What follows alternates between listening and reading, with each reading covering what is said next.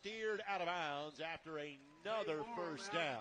That'll be a gain of 12 more yards. And ball now at the 12-yard line of Pike. He'll get better at this, but more if he cuts it back right now, he scores. Again, run to the butt of your blockers. Everyone had everything going to the sideline. He makes one cut, it's a score. The rear end of which you were speaking was Robert Oldham, who was out Yes, there as the lead blocker. Want to make sure we give the wide receivers credit for blocking down the field. So first trip for Pike inside, or LN of the Pike red zone. This time, Pike was waiting. Tackle made by the Red Devils. Daniel Dodd. And Dodd doing a good job. Said, I'm not touching anybody. I'm not trying to start anything here. I'll wait till everybody gets off the pile. Dodd was waiting for his prey on that one, a loss of 4. That's the third straight play that Pike has been in the backfield. And Montez made a great play. Zay made a great play, but that time they were in the right spot. But they're doing a nice job, that D line for Pike, of making life miserable so far for that LN offensive line. It's amazing what one win does for you. Just completely changes your outlook. Your mindset, your attitude, just your whole demeanor changes. Fake the handoff. Jones has to make Adeoba miss. Now it's up to him. Jones gets the 10. Jones gets the 5. Does he get the pylon? I don't think so, but he gets the first down. It's going to be first and goal at the 1-yard line for Lawrence North. That was a hard deal to make a first down. Watch Montez here. Great job. The DM plays it right. Super job. He can't get to him, but that is a fantastic job of using your athletic ability and getting to the first down and almost scoring. And that's one of the best defensive linemen in the area. That's Ife Adeoba, yes. who really is their kind of star defensively for Pike. He made a very good player look slow on that play to Jones. To your point, he's elite on the outside, on the perimeter for Pike, and it wasn't close. Whistles blow. Let's see if there was maybe movement on this play, or was maybe offside. Nope, false start. So now instead of first and goal from the 1, it's going to be first and goal at the 6. Second penalty of the drive against LN. Self-infliction. If you're going to win a sectional, you're going to advance in the tournament, you're going to have a chance against Lawrence Central in 2 weeks and Cathedral probably the following week. You've got to be able to find a way not to beat yourself. Clock stops at 3:23 to go here in the opening quarter. Again, the rain coming down. First time we've dealt with the raindrops this football season. Hand off to Moore. Moore runs out of a tackle. Woo. But then lost the football. Recovered by LN. Well, good job by Chandler to be on that. And frankly, you kind of saw that coming, because if you're Moore, you're thinking about the contact coming from in front of you, not behind you. Take a look. What I love is the effort I'm seeing by this Pike defense. Wow, what a play there. And that's Adeoba again. Adeoba, yep. He and his brother both are fantastic players for this Pike defense. So loss of 2. Second down and goal from the 8-yard line. Now the old jumbo formation, more the old wing T look, and this is just the scrum, the tush push, as they're starting to call it in the National Football League. It's a legal play. Yep. And that's a gain of, go ahead and call it 7 yards. I think Elton's going to run the exact same play one more time. See if they can get in the end zone with it. Montez's hands are a little wet here, so he's trying to take his time. And now Pike will call the timeout. So let's step aside with it. 2:21 to play here in the opening quarter. Lawrence North is on the doorstep. Scoreless so far on the northeast side of Indianapolis, back in 60 on ISC and MyIndy TV. Hello, I am Jason Warner, President and founder of Warner Financial. At Warner Financial, we understand that your financial journey is as unique as you are. That's why we offer a comprehensive suite of investment options, from custodial accounts for your children, individual retirement plans for business owners, to exploring the details of a 401k. Our team is dedicated to guiding you through every potential strategy.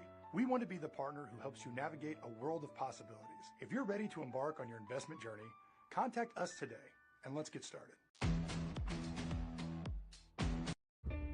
After 8 years of Joe Hogshead, things aren't what they should be. We need to restore our city and restore our belief in each other.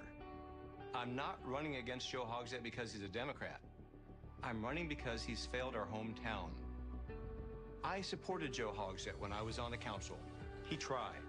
It's just not working. I'm Jefferson Shreve. Join us and believe again, because we can turn this around together. Pike with a defensive adjustment, at least they hope. If LN's going to kind of go with that scrum look of just kind of lining up and getting behind the offensive line. Cale Mallory, Anthony Luddington, guys who are defensive linemen, lined up on the play as well. Jones, I think he's in. Second effort, waiting for a signal. Now it is, touchdown. Did a good job of not kind of going down on first contact. Montez Jones gets his 7th rushing touchdown of the season, and LN strikes first. Quarterback sneak always works if you're able to pause just for a second, let your offensive line create a little seam, and then as a quarterback just kind of duck underneath that. But you got to pause. You got to give your lineman a chance to get a surge, and then you go. Because of Pat Mallory's Center Grove background, he is always a run-first guy. On a night like tonight, you're going to revert back to that if you're Lawrence North. And having a young man like Izzy Moore doesn't hurt. Extra point try by Dempsey is good, and Lawrence North has a 7-0 lead. Again, we'll quickly step aside. Back in 60 seconds as you're watching the Vic on ISC and My Indy TV. At Erdl & Company, we're a health insurance broker that puts wellness first. That's why our physician-led medical team travels directly to you. Preventive care, chronic disease management, and weight management all help your business save money on health insurance. Our experienced team is focused on improving your entire organization's health. That's why our clients report that 80% of their employees end up working with our care team. Contact Erdl & Company for a free consultation. Email us at info@erdlandcompany.com or give us a call with the number on your screen. Erdl & Company, your benefit partner. This Saturday, ACC football on the CW continues. Watch out, because I'm going to go big. Fresh off their thrilling victory over Notre Dame, Jawar Jordan leads number 14 Louisville and the high-flying Cardinals on the road to Pitt, where they look to stay undefeated against the upset-minded Panthers. It's time to go big or go home. Go big. Number 14 Louisville versus Pitt.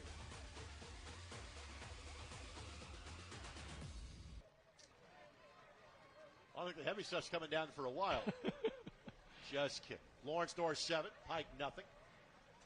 And we knew it would rain at some point in time. We just hope it is rain and nothing stronger than that.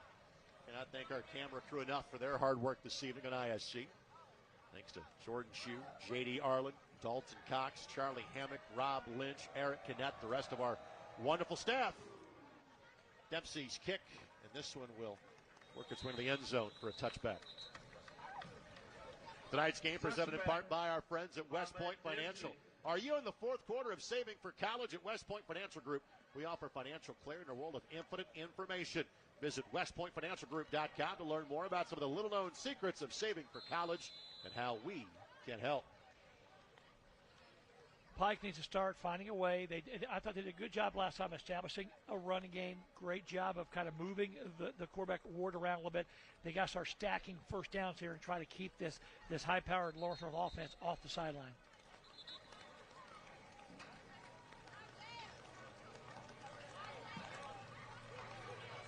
So the issue is right now you've got to have pants that cover your knees, and they're not properly equipped, so you get worn. Second time, you get flagged. And if there is someone that will be a stickler to the letter of the law on that, his name is Gary Hamilton. Yes. Had Gary multiple times.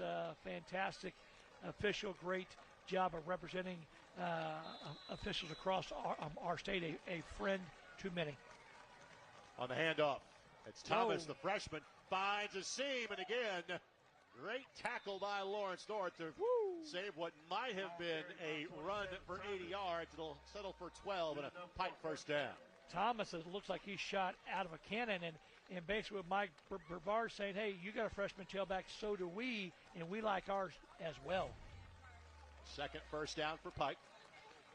And Thomas, again, gets the carry. And frankly, this is going to look like, old school high school football. Just the freshman tailbacks getting the job done for each side.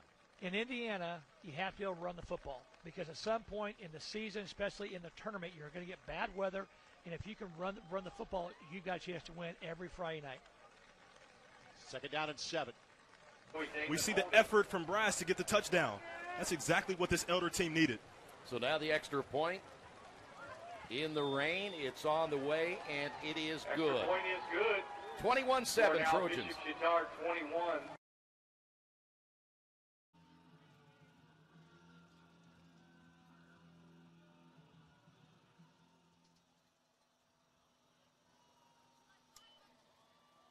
Showalter with the handoff.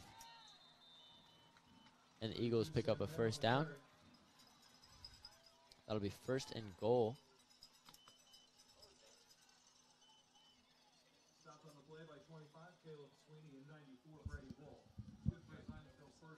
Sweeney and Wolf there for the stop. Yeah, it seems like Wolf is always making his presence felt on the defense. He leads the team in QB hurries, and he's a great part of their D-line. One of the many seniors starting for the Tiger defense.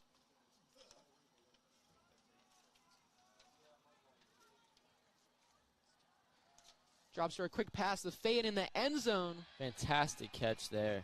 That'll be number 2, Eugene Hilton. As we mentioned before, has some fantastic stats on the season so far. And he will get the Zionsville Eagles their first 6 of the game. Yeah, that was just a beautiful play right there, getting Hilton on the fade. And he made a great catch, toe tapping, getting both feet in bounds. Only needed one, went up for the high point of the ball.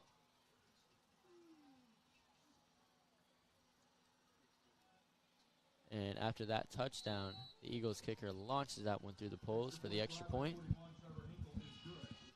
Score is 7-7 here with 9:34 remaining in the second quarter.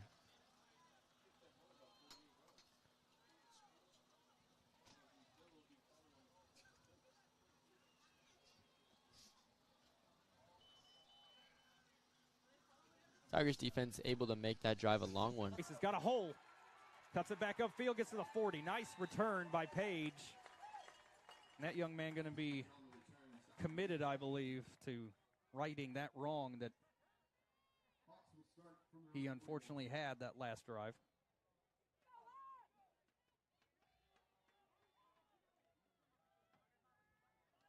So it'll be 1st and 10. Ball's going to be at the 41.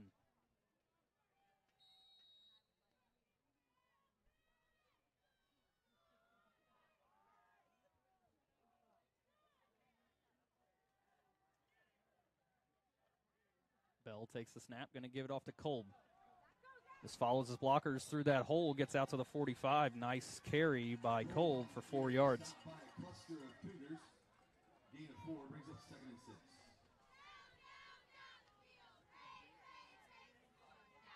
That's honestly been the best run through the middle that the Hawks have had tonight.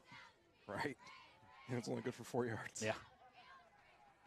Been rough running between the tackles for both teams so far. Bell going to give it to Kolb, and he's going to be brought down in the backfield. Still turning his feet. They're going to lose about 2 on the play, bring up 3rd and 8 now. They've run that play a few times tonight. And his groove on senior night. Here's Purdue Polytechnic now, starting with the ball at the 22-yard line.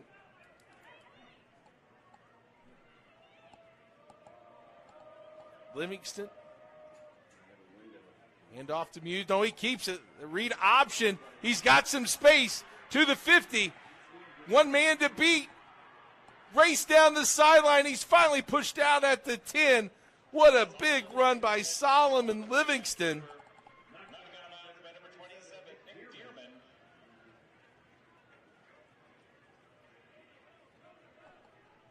That read option, he's able to get to the middle of the field and pick up 68 yards. Good hustle by the back end of Heritage Christian defense. Nicholas Dearman, pushing him out. But not before he gets all the way down to the 8-yard line. We'll call it a gain of 70. The game had only thrown one pass. That was completed for 6 yards. They faked their Wildcat run to the wide side, and Desmond Johnson outruns the defense. That's the antidote for putting 10 men to the line. So the Tigers offense that had not scored for 9 quarters, shut out the last 2 weeks. They score on their second offensive play of the night. A 64-yard touchdown pass, Elsferman to Desmond Johnson. And for Desmond, his first touchdown catch of the season. Pate Baird on for the PAT. Good snap, good hold, and the kick is good for Barrett. 7-0 Tigers, about a minute gone here at Castle. The goal isn't graduation day. It's a better every day after. It's the first day in your new career. Your first pay raise. The 5th day of that week-long vacation. It's the first paid holiday home with your family. Or the day of your last car loan payment. Much sooner than you thought. At Ivy Tech Community College, we don't just care about your degree. We care about your life. Let's get started at ivytech.edu. Good morning. Good morning. Good morning. Welcome to Memorial. Hey, thanks for being here. You're in great hands.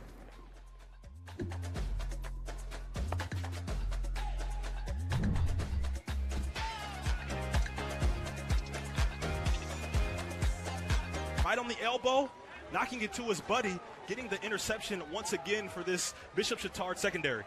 So that negates the fumble by Bishop Chatard, and I think they're just going to kneel on it right here with the rain coming down. And it was official with Sam Feeney. As you see, Harrington kneel down right there, and we're going to go into the locker room at 21-7, though Elder had a chance there at the end after that fumble, but just couldn't put it in the end zone. But what a start, though, for Bishop Chatard here tonight. This is a little bit back. Tripped up himself at the 22-yard line. After a couple of short and long throws by Sturgill, that one is perfectly placed. And Hall will bring that ball to the 22-yard line for the Fishers Tigers. Yeah, Sturgill has looked phenomenal this drive.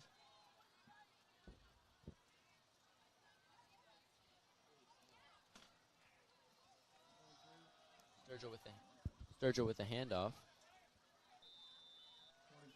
But the Eagles defense is all over that one. Still will be a nice gain of 3. And one of the benefits of having a great running game with Ryan Thembalembulu is that passing game really opens up, and that's what we've seen on this drive is the Eagles have to respect the run game. That way the receivers get these one-on-one opportunities, and they're able to make big plays.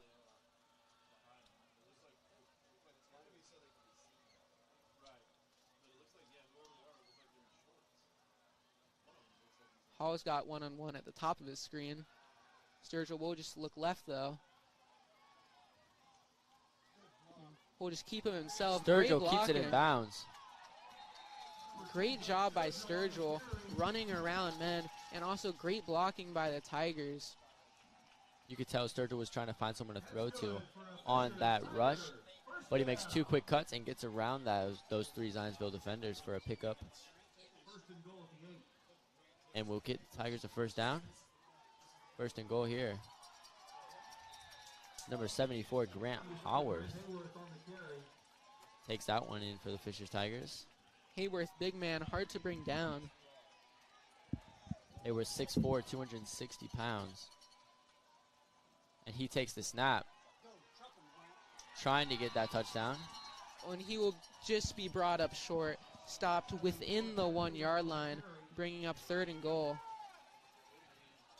Tigers using Grant Hayworth to power through this Eagles defense. He will get the snap once again here. Yeah, no surprise what they're going to do. And he will get that touchdown. Diving into the end zone, Grant Hayworth. That's basically unstoppable if you're the Eagles. I mean, a man of his size diving into the end zone, you can't do anything about that. Great drive by the Tigers, capped off with a Hayworth rush, 13-7.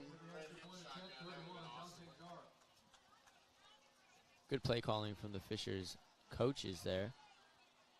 With a fake here, Sakai Bogle. Snap. Did he come down with it? He did not.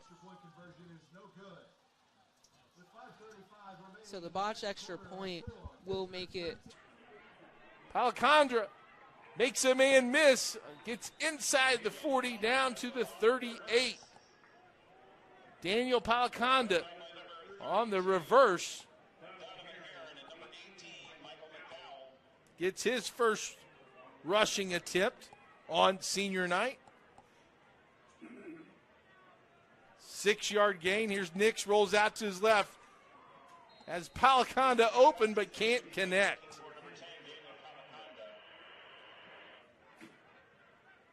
It'll be third down. 3rd and 5.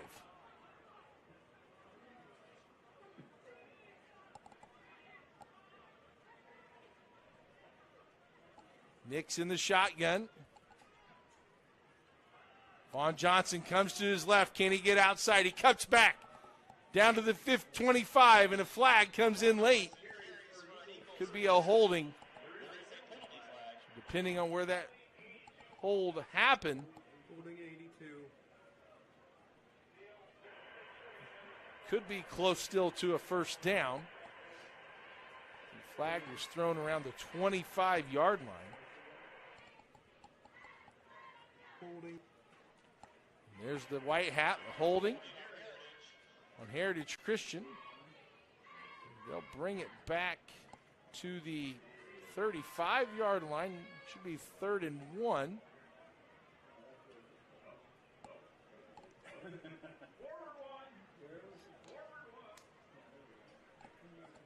There you see Vaughn Johnson comes out.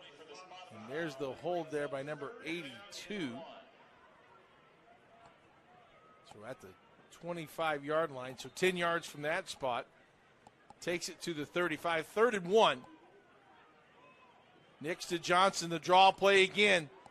He's got another seam to the 10, 5. Only played a half. They were up 42-0 at recess.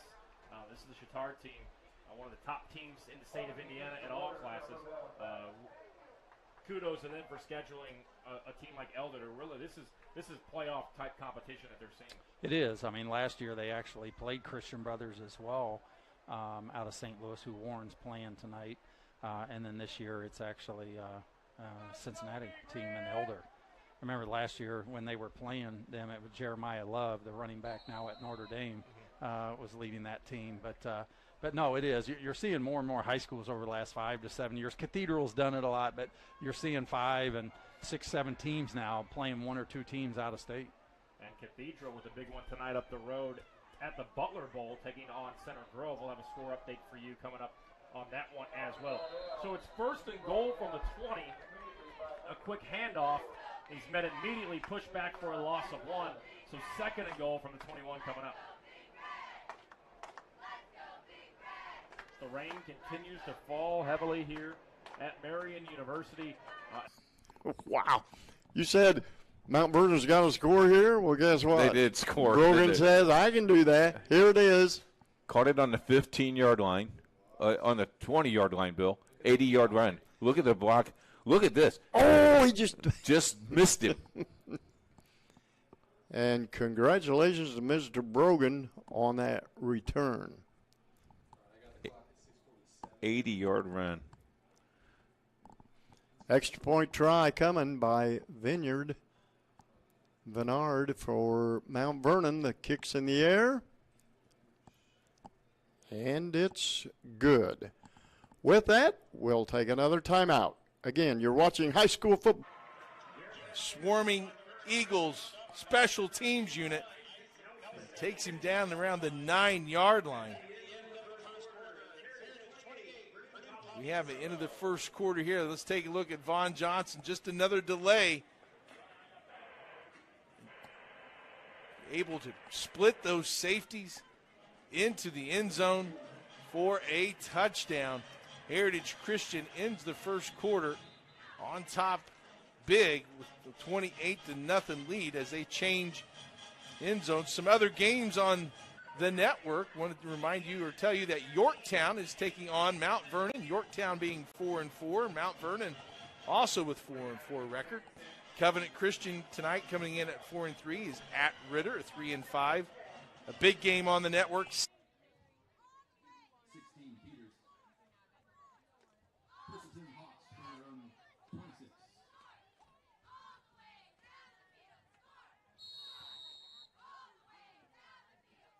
Again, it'll be 1st and 10, ball at the 26.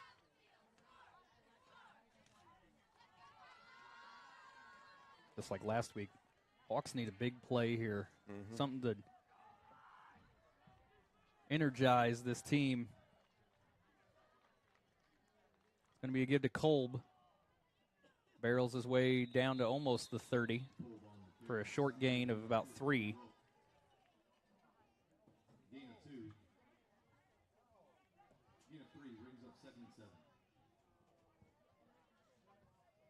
Right at a minute now left in the opening half.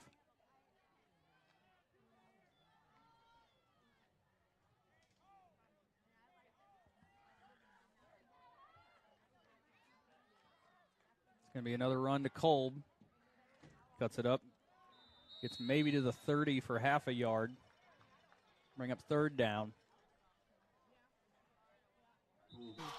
And he will go all the way for the Fishers Tigers touchdown.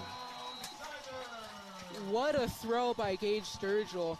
He's been playing amazing, and Hall, he's been able to burn his man on that route plenty of times this game. However, that time was the first time they couldn't get the connection. Second long bomb to number 81, John Anthony Hall this game. This time able to stay on his feet for the Fishers Tigers 6 points. That brings the Tigers to 19. Yeah. And the Zionsville Eagles at 7.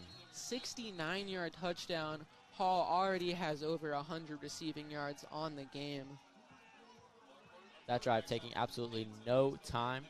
It was only one play. And Sturgill knew exactly what he was doing. That's a timeout here. So the personal foul on the Tigers ends up having no effect. I mean, this rain did not affect Gage Sturgill's accuracy, that's for sure. No penalties, so a total yard. Here comes Wells in motion. Wells has the football coming near side. A lot of white jerseys there, and they take him down to the backfield for a loss. One of the guys in there was Alex Broshears. Also coming up was Jake Lively as well from his cornerback position. They'll move up Lively. A lot of times you have an 8-man front, and they did that time. So Coach Ben Johnson defensively as well, putting pressure on that offensive line for Castle. He lost a yard on that one. So it's 3rd down and 11 now, and the Tigers have to call a timeout. So we'll step aside once again. Timeout Tigers.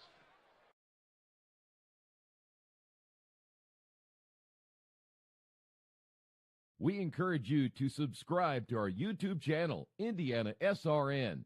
Hit the bell to get notifications for upcoming games. Positive side on the offensive side of the football when it comes to yardage. Unfortunately, that one only goes for 1. That fumble. Sturgill able to find number 81, John Anthony Hall, for a 2-point attempt. That brings the score to 21-7. Hall with both the touchdown and the extra 2 points there for your Fishers Tigers. Fantastic job by Hall. Originally on the route, he was caught it at the 1-yard line. He had the foresight to kind of... Been a little bit because Turkey makes you tired. 4:30 to go, first half. 2nd down, left side throw up into the air. He had a man, but just slightly underthrows it. So a 3rd down and 10. And maybe more importantly for Covenant, they come up with a stop. The clock stops with 4:21 to go. Well, and plenty of time to deal with, and also another potential short field. So it's a really important play here for Ritter to be able to advance this and move these chains. We have a timeout on the field. Charge to Cardinal Ritter. 4:21 to go. Here on Indiana SRN, Covenant Christian leads 17-0. My name is Jay Jones. I'm the commissioner. Play. William Edwards.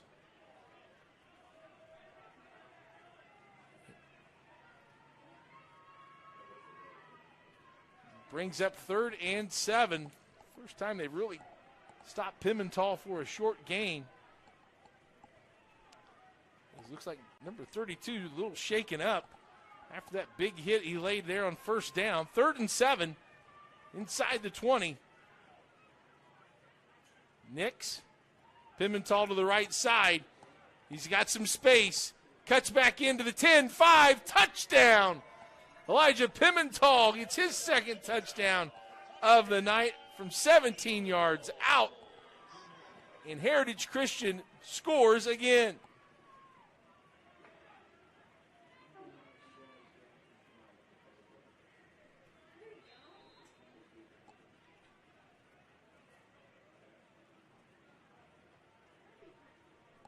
Extra point attempt by Ham is up, and it is good.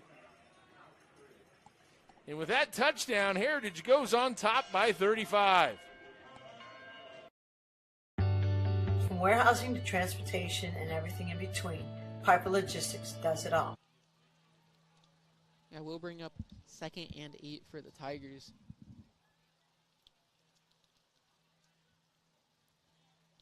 Or for the Eagles. They're going to have to start passing eventually on this. It just depends when they will. As we've seen, the wet conditions have already affected Showalter. Hilton is lined up out wide. We'll see if they go to him here.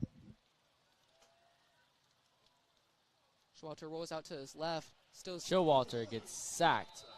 Hard sack by number 38. 38, Jake Pruitt again. Showalter ran out of time to find a receiver and gets absolutely leveled by Pruitt. Yeah, Showalter, though, bouncing back up.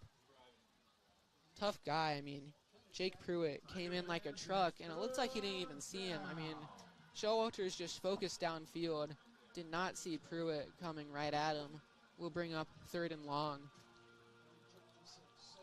3rd and 10 after that loss of 3 against the Eagles.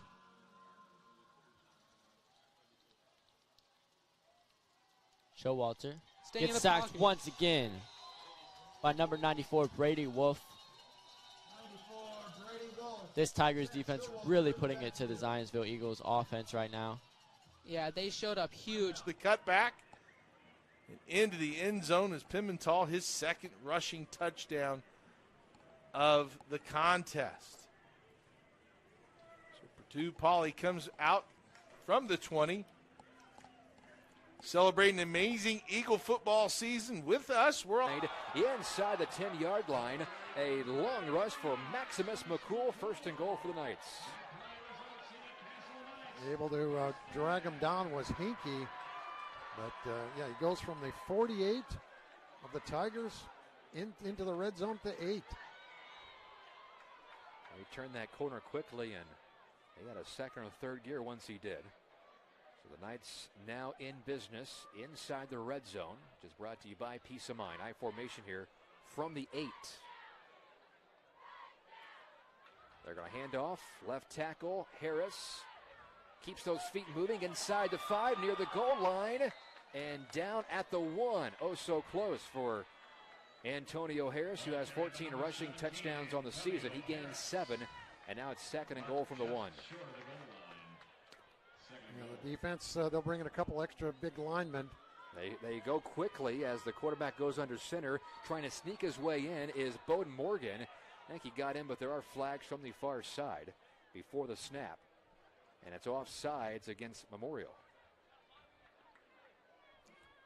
Was that a pre-snap penalty? It's the way it looks. That ball is about as close as you can get to the goal line. Yeah, what you do is you're the referee, you pick it up and then you put it right back down. I think Castle is going to score on that play, but they blew it dead because of the offside. We'll see if Morgan wants to sneak it again. And he does, struggling to move the pile forward. The Tigers trying to keep him out of the end zone. The Knights think it's a touchdown. It is. Touchdown, Castle. Bowden Morgan, his 1st rushing score of the year. Knights in front for the first time tonight. He actually bobbled a snap and was able to regain possession. Key, okay. So it'll be 2nd down as we approach the 3-minute mark here in the 2nd quarter.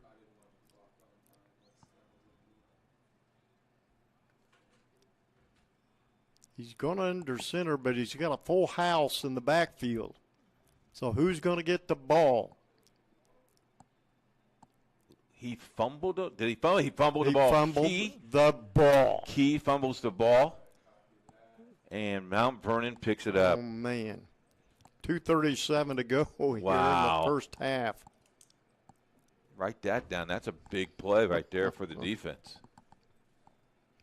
And you were on the way to score. Oh, he fumbled the ball when he hit the pile. That tells you how wet the ball might be, Bill. and you know it's going to be wet, you got to take care of it. But Well, Mount now- Vernon takes over 1st and 10. Well, if you're Mount Vernon, what you got to do is protect the ball as well. Right. It's on their own 6-yard line. They pitch back to Oh. Brogan. He got a little daylight. Look out. He cuts it back at the 40-yard. They just want some breathing room, and they will get it. Zionsville now calling a timeout of their own, hoping to stop the clock and make sure they'll have some time to drive the ball down the field. But, of course, they will have to stop the Tigers first.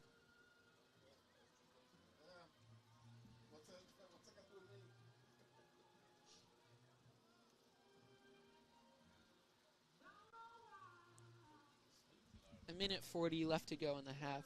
3rd and 17. We'll see if the Tigers just, play it safe, get a few yards, chew clock, or if they will go for the big completion. Tigers have been pretty aggressive so far, so it'll be interesting to see what happens.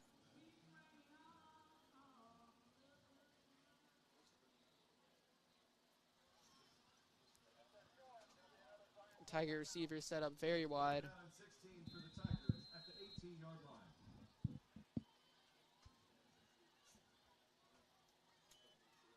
Sergio hands this one off to Thembalembu, who gets tackled.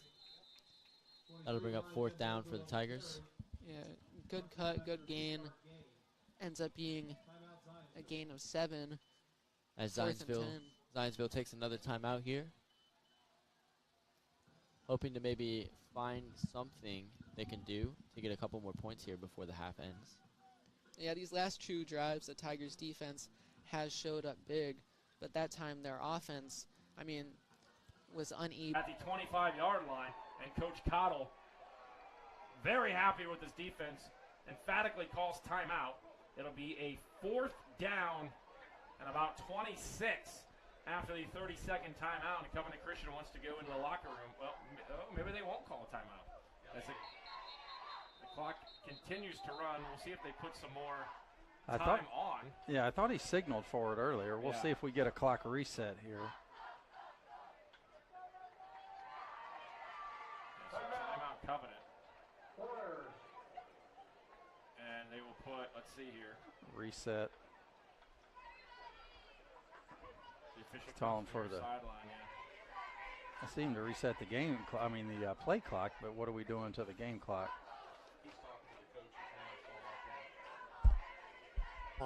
As you can see, plenty of time. Throws it over to the first defender, and Dockery comes up with a nice catch. For Dockery, his 16th catch of the season, just north of 100 yards. Fresh set of downs, 1st and 10 from the Tigers' 46-yard line. Petke fakes it to Horning, and Will is able to get a yard as he is yanked down by linebacker Trey Ward, the junior second on the night's defense in tackles, with 62 coming into play. Ward played his ground. You play your area defensively, and he did that and keeps it to a short game. One thing head coach John Hurley mentioned about Will Petke, last week they made the switch. He didn't really feel like Petke did anything wrong. They were just maybe more explosive with Liam Bryan. Didn't work out last week, but Petke back in there here tonight to close out the regular season. It's 2nd and 9. Trips wide receivers bunch to the far side. Petke, a short drop. His throw across the middle was batted away, incomplete. 93, Benny Patterson, the junior, got his paw on it.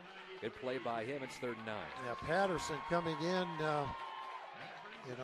6'3", 228, and he plays a lot bigger than that. And watch the defense, how they line up, Jevin. That time they had 9 guys within 3 yards of the ball.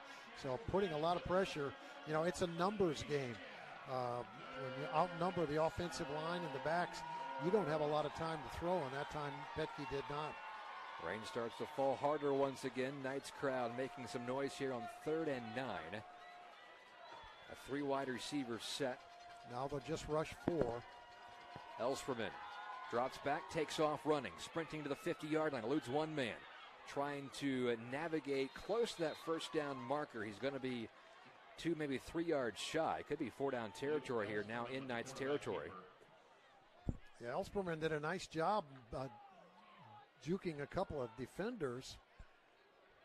But nice job. They didn't catch who made the tackle, and you're right, the Tigers are going for it. And they'll keep Elsferman at the quarterback spot here. They need 2 yards for a first down.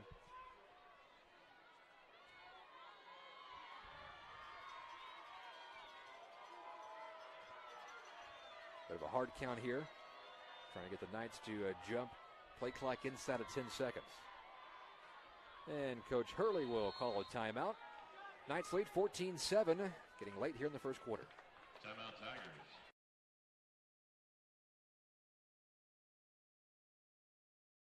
Support the local economy and save more when you shop at the Pet Food Center. We have over 6,000 pet-related items for dogs, cats, birds, fish. Touchdowns, special teams working out well. It's 2nd and 15 for the Techies. Hernan back to pass. And a nice catch by Pierce. Got the backup quarterback getting in there, and coaching staff having enough confidence to let him throw it. And he close to a first down. Called a gain of 14. Pierce's second catch. It'll be 3rd and 2.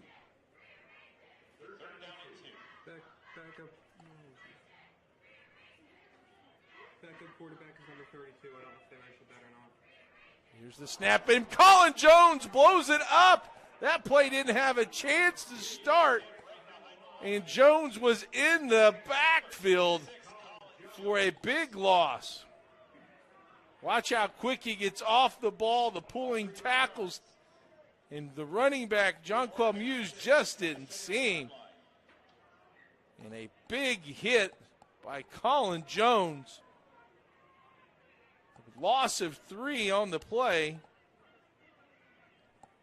4th and 5. Purdue Poly will have to go for it here at midfield. Fumbled snap, and it's going to be recovered. Fumbled again, still on the ground. And looks like it's recovered by Heritage Christian. They'll take possession all the way at the 40-yard line. A slippery ball, a backup quarter. Only one that if you're Ritter, you can't give this up. You still got a decent amount of time left with a timeout for them to work with. And could potentially be some decent field position if they keep them to no gain. So 3rd down, 18, pump fake, deep ball, downfield, overthrown, incomplete.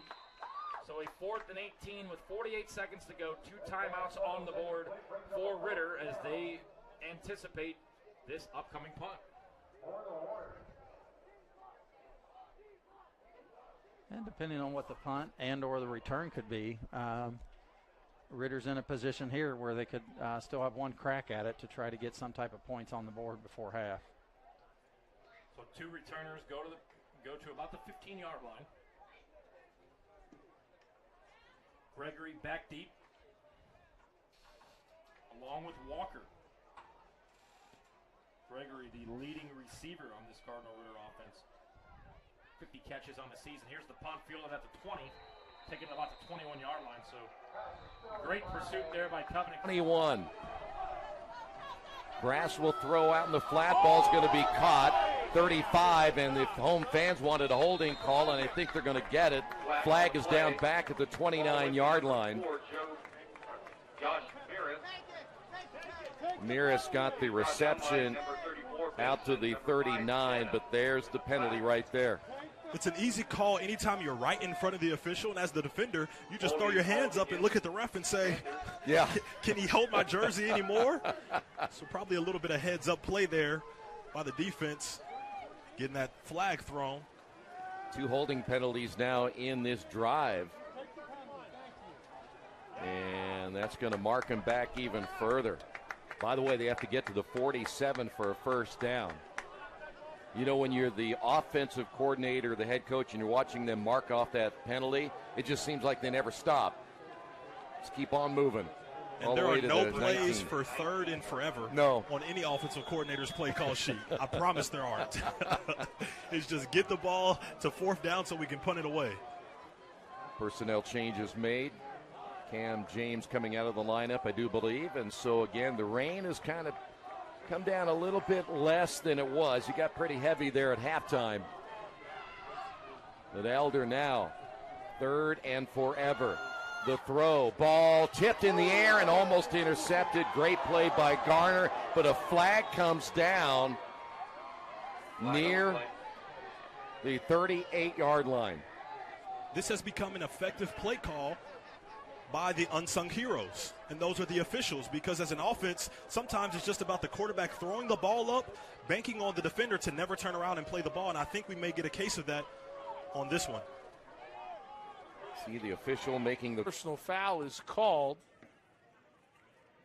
So Heritage will have it with 3rd down and forever. Here's the handoff to Pimental. Makes a man miss at the 50. Drives all the way down. Gets about 20 yards on that play. That puts him over 100.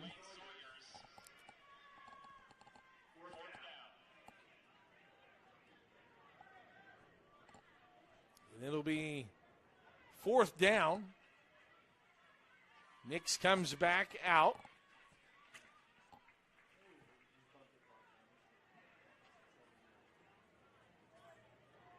Fourth and 12 for the Eagles.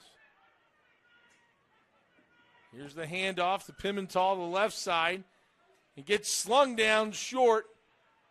And will not be a first down, and so for the first time tonight, a turnover on downs. A nice tackle by Emmanuel Edwards there for the Techies, number 30. Coach Chan highlighted him at the outset of the contest as someone that has brought a lot of intensity and played really well. With a minute left, under a minute left, Purdue Bolly will come back out. And it's good to see their quarterback, Solomon Livingston, back under center.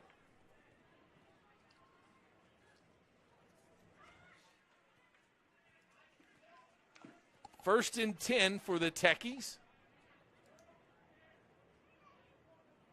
Start this drive at the 30, their own 33. You know what that reminds me, even though it wasn't a fumble and a knee down, but it was almost like the Georgia Tech Miami last week. One play, and it was a design play as we get the replay for you here. Landon Ross, his 2nd touchdown of the night, his 9th of the season, just gets loose across the middle, and a great job there by Cruz staying in the pocket and drops a dime right to Ross for the touchdown to put Covenant Christian up 23-0. The interception sets them up. Christian and DJ Hernan all the way down into Eagle territory, and they will take a timeout. Sounds good. Celebrating. Here's the snap. Kick is up, and it is good. With 9 seconds to play in the first half, Covenant Christian strikes again. We'll keep it right here. They lead 24. Too tall for Simon Schultz. 4th and long, a 3-and-out. Tigers will punt. Second time Memorial has negative yardage on a possession. So Joseph Hinkie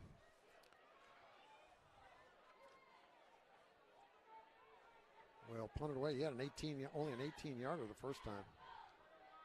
Just one guy back for Castle to return, and that is Jersey Wells. Uh-oh, look out here. Kick almost blocked. We have contact with the punter, and the kick goes out of bounds. Now, is it roughing the punter or running into the punter? Because that could make a difference. Our white hat comes in. And they are going to say it is running into the kicker, so it's a 5-yard penalty. It was almost blocked.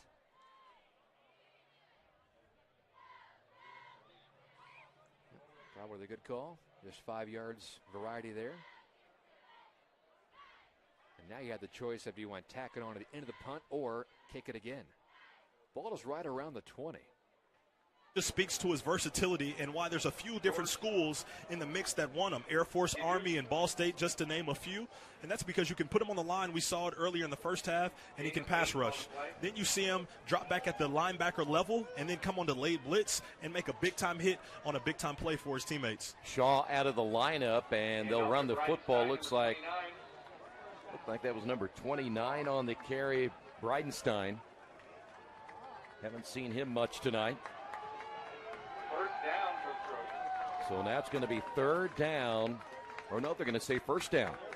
There you go. First down at the 50-yard line. Got just enough.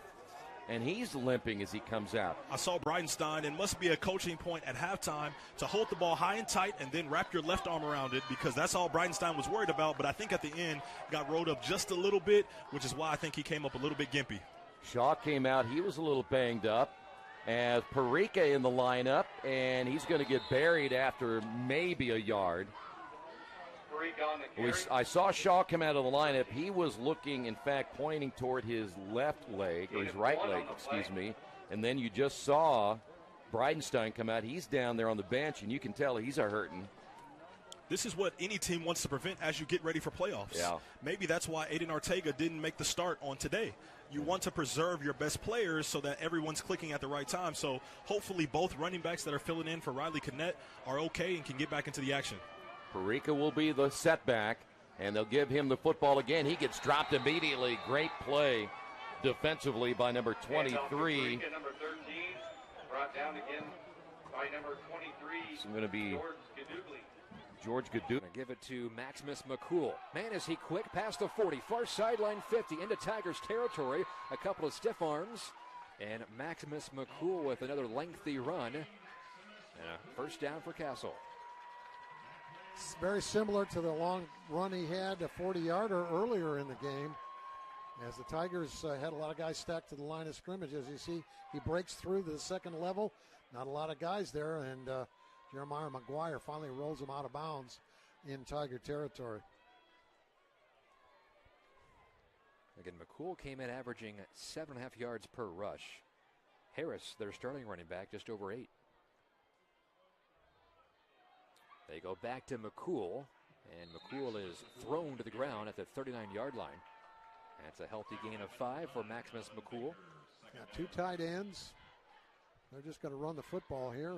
They've had a lot more success running the football. Keep the clock running, move the sticks. You're up by 7.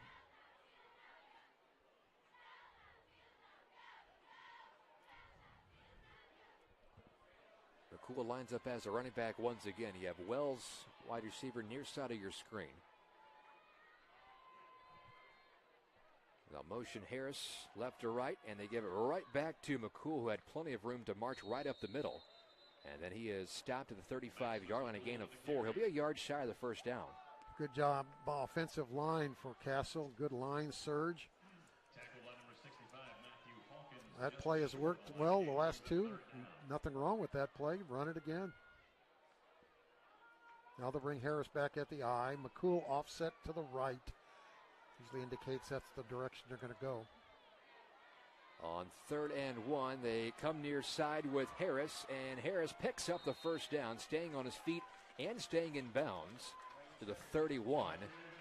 It's a pickup of 4. Got the feeling of if the Hawks are going to get any points here, a pick 6 might be about the only way to get it. Right. Defense needs to force a turnover, get some real momentum for the Hawks. Tanner takes a snap, going to give it to Ellis. He's got all kinds of room to run off that edge. Cuts back, makes a man miss. Only one man to beat, and Cravens isn't going to get there. Touchdown, Cougars.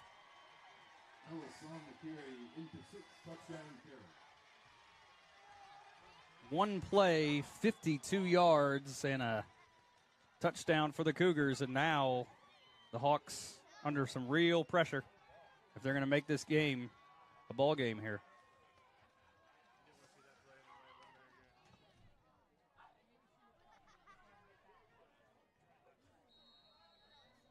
Falkenberg on to attempt the extra point. Kick is up.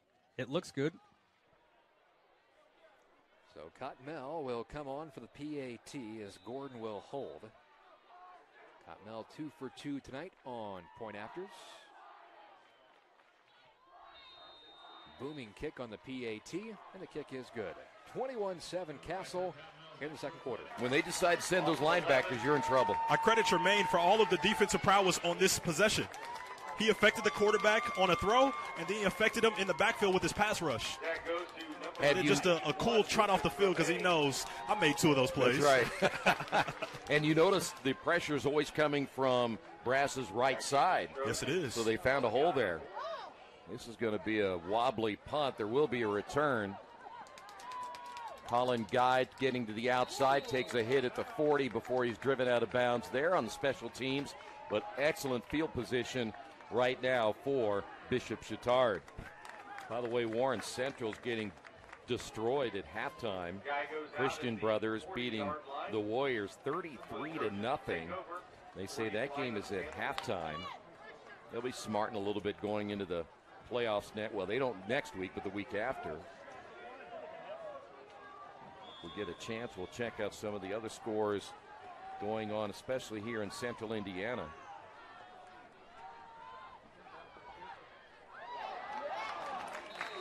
Carry inside the 35 to about the 33-yard line.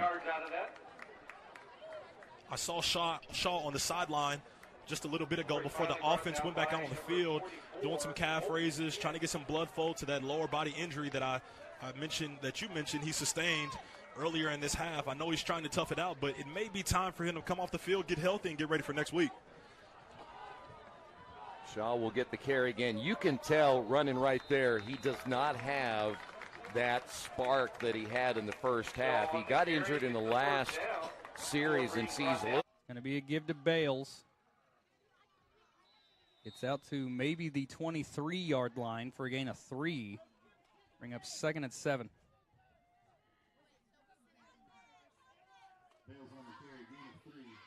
Fans audibly becoming frustrated with the ineptitude of the offense.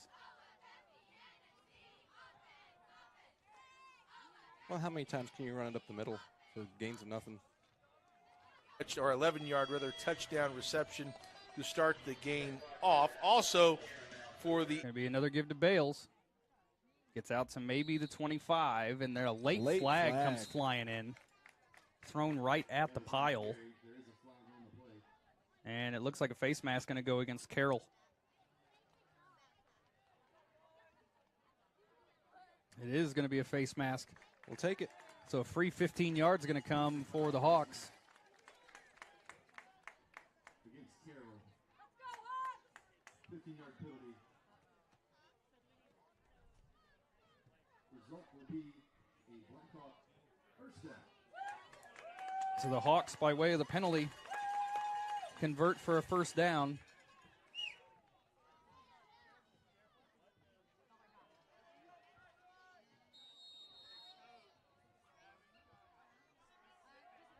Ball's going to be at the 41.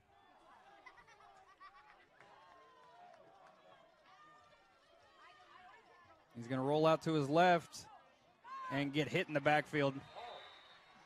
It might have been a designed run because he immediately tucked it, but just absolutely nowhere to go. And the Blackhawks back up 4 yards, bring up 2nd and 14 now.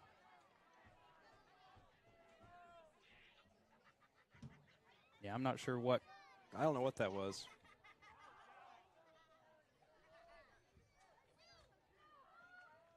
So 2nd and 14, ball's going to be at the 37.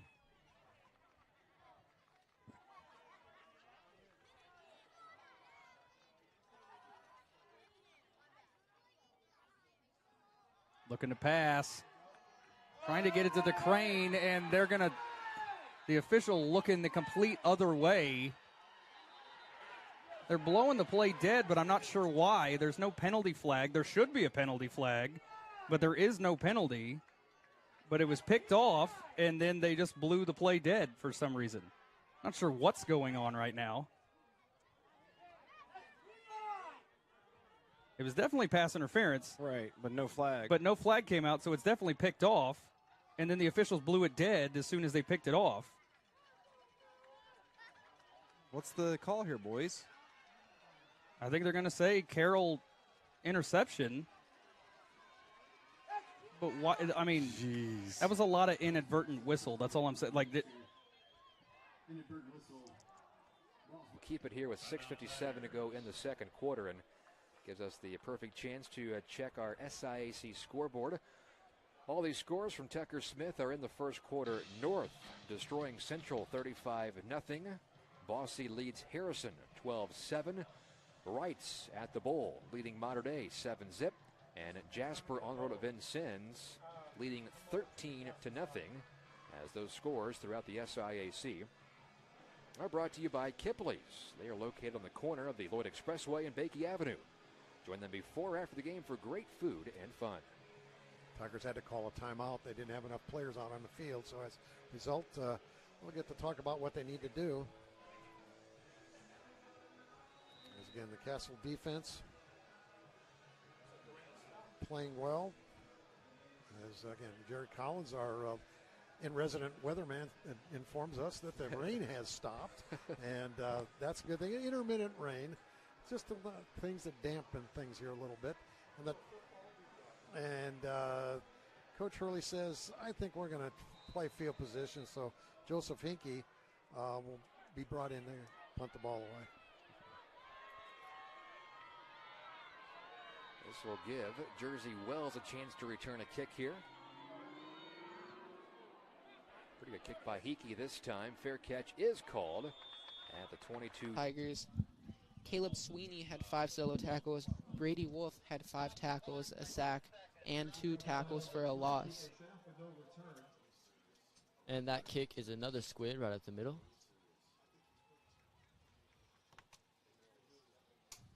Zionsville will take this ball on the 35. And once again, another squib for the Tigers. Seems pretty consistent.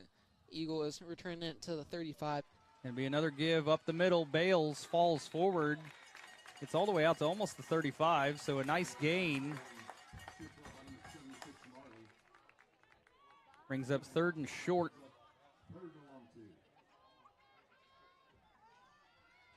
See with that play, again, was a quick run right up the middle. Right. If you can hit the hole, fast and hard, then you're going to pick up more yards. With the DB. And in the state of Indiana, anytime Colin Guy is one-on-one, you just throw it up like he does here and trust that he's going to make a play, come down with it. That's what Colin did.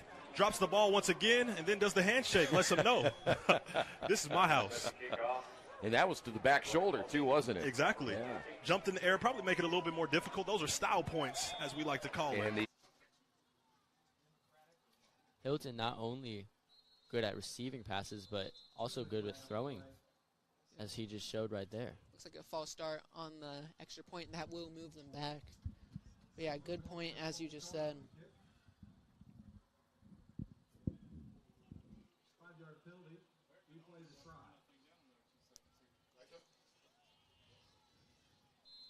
Five-yard penalty will move the Eagles back a bit on the PAT.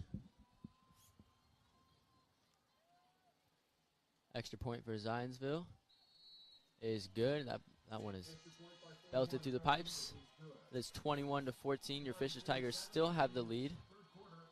Or not punt, but the turnover, and all of a sudden the offense wakes up. Waking up a little bit. Still a long way to go. Bell again looking to pass. He wanted to crane, but the crane did a short little route. Just sailed the ball over his hit. Bring up 2nd down.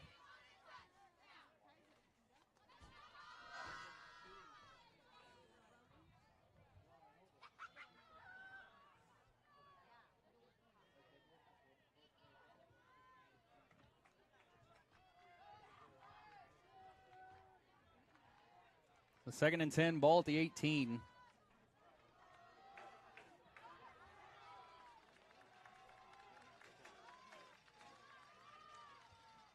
Looking to pass.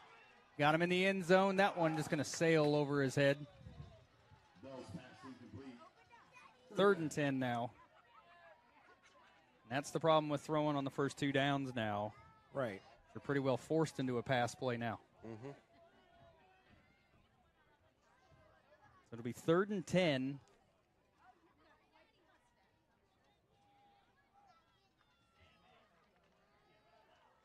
.15 left on the. Into open space, he is brought down by Joseph Hickey. Not before he can get into Tigers territory, all the way down to the 42-yard line. Well, McCool already well over 100 yards rushing. A nice job there. Give credit to that offensive line. And they've been able to spring him off the left side several times.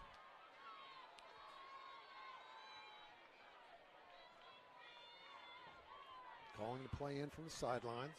They came in averaging almost 200 yards per game on the ground.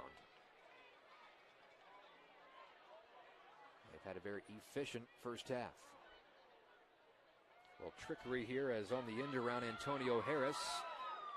That is rush tripped up just a bit to the 40-yard line. Sam Nichols did a nice job. That kick is good. Your Tigers take the lead by 14 now, 28-14 against the Zionsville Eagles. John Anthony Hall having himself a night tonight. Over 150. Momentum, maybe. Well, the defense had him back, but he's so strong, upper body strength, just didn't bring him down. Yeah, right at the 50-yard line, 1st and 10. Nice drive to start. Moulton, 23 and 81, wide receivers to the right side. Trap. Hands off to Ewing. Mm-hmm. Boy, that defensive line, those linebackers came right up to the line and stopped Ewing. They put a lot of people in the box there. Bill had like 6 guys on the box, and nice Dreyer on the tackle, Thomas. Be a 2nd down on about 15 for the Tigers of Yorktown.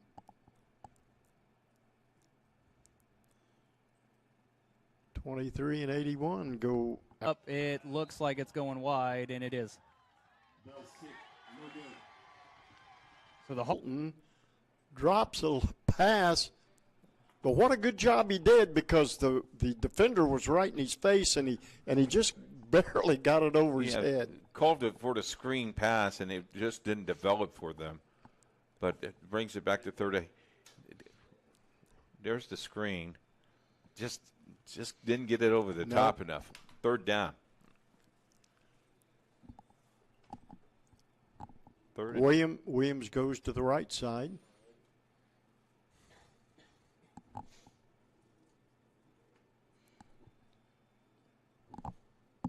Wallace and Doherty to the left side. Moulton. Nice to number 23, and that's going to be Quentin Williams on the reception. Gets 5. 4th and 5. Going for it here. Interesting. 4th down. Showalter will throw this one. And that is fantastic defense there from number 8, Owen Fulta. Got right in front of that pass. Almost a pick for the Tigers. But Fulta not able to keep his hands on that one. Yeah, he was right there. You got to wonder, Showalter might have not just seen Fulta. He's crouching down there and then made up almost getting the interception. Owen Guy again. What can he do? As I'm looking at another celebration, he goes 1, 2, 3. That's 3 touchdowns in 3 different ways. 2 jump balls, 1 off of a pick up a fumble and go for the score. He just makes it too easy. This is just a product of the weather. Everyone just not quite running to the ball. Look at the offensive line, not even running to the ball. But Collins says, I will, because I know there's another score. And just watch them. 1, 2, 3. That's 3 of those things. 3 of them to my name. You got the hat trick. There you go. If he gets one more, he gets the Bundy. All right, extra point. 10-16 remaining. The defense, of course, the big mistake there by Elder. And this is a line drive kick. It is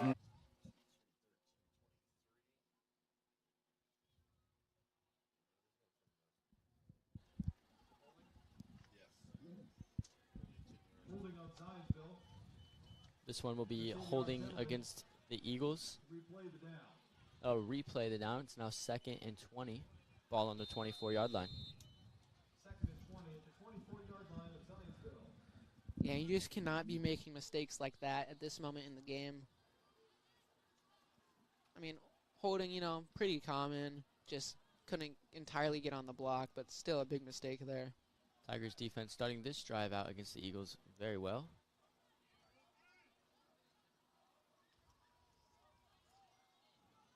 That ball is pitched over.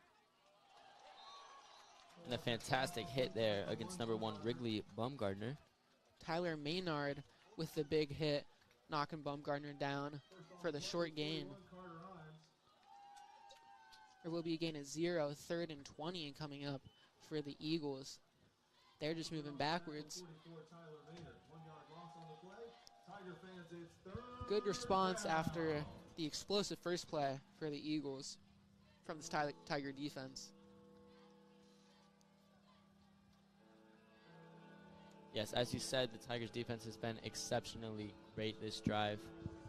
And that leads them to a 3rd down against Zionsville. Zionsville has 21 yards to go here if they want to get the first. The only rush for Eagles. Nice screen pass, however, is not going to get nearly enough. We'll bring up 4th and 10.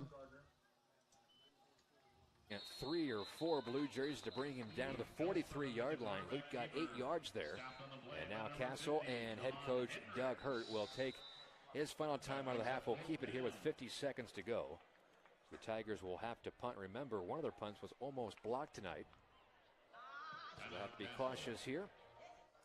And we thank Mel K, a sponsor of tonight's Tigers broadcast on Indiana SRN. For all your commercial, mechanical, electrical, and plumbing needs at Mel K. Big projects, big solutions. Also, we tease the halftime interview coming up. Our halftime show is brought to you by Orange Leaf Frozen Yogurt.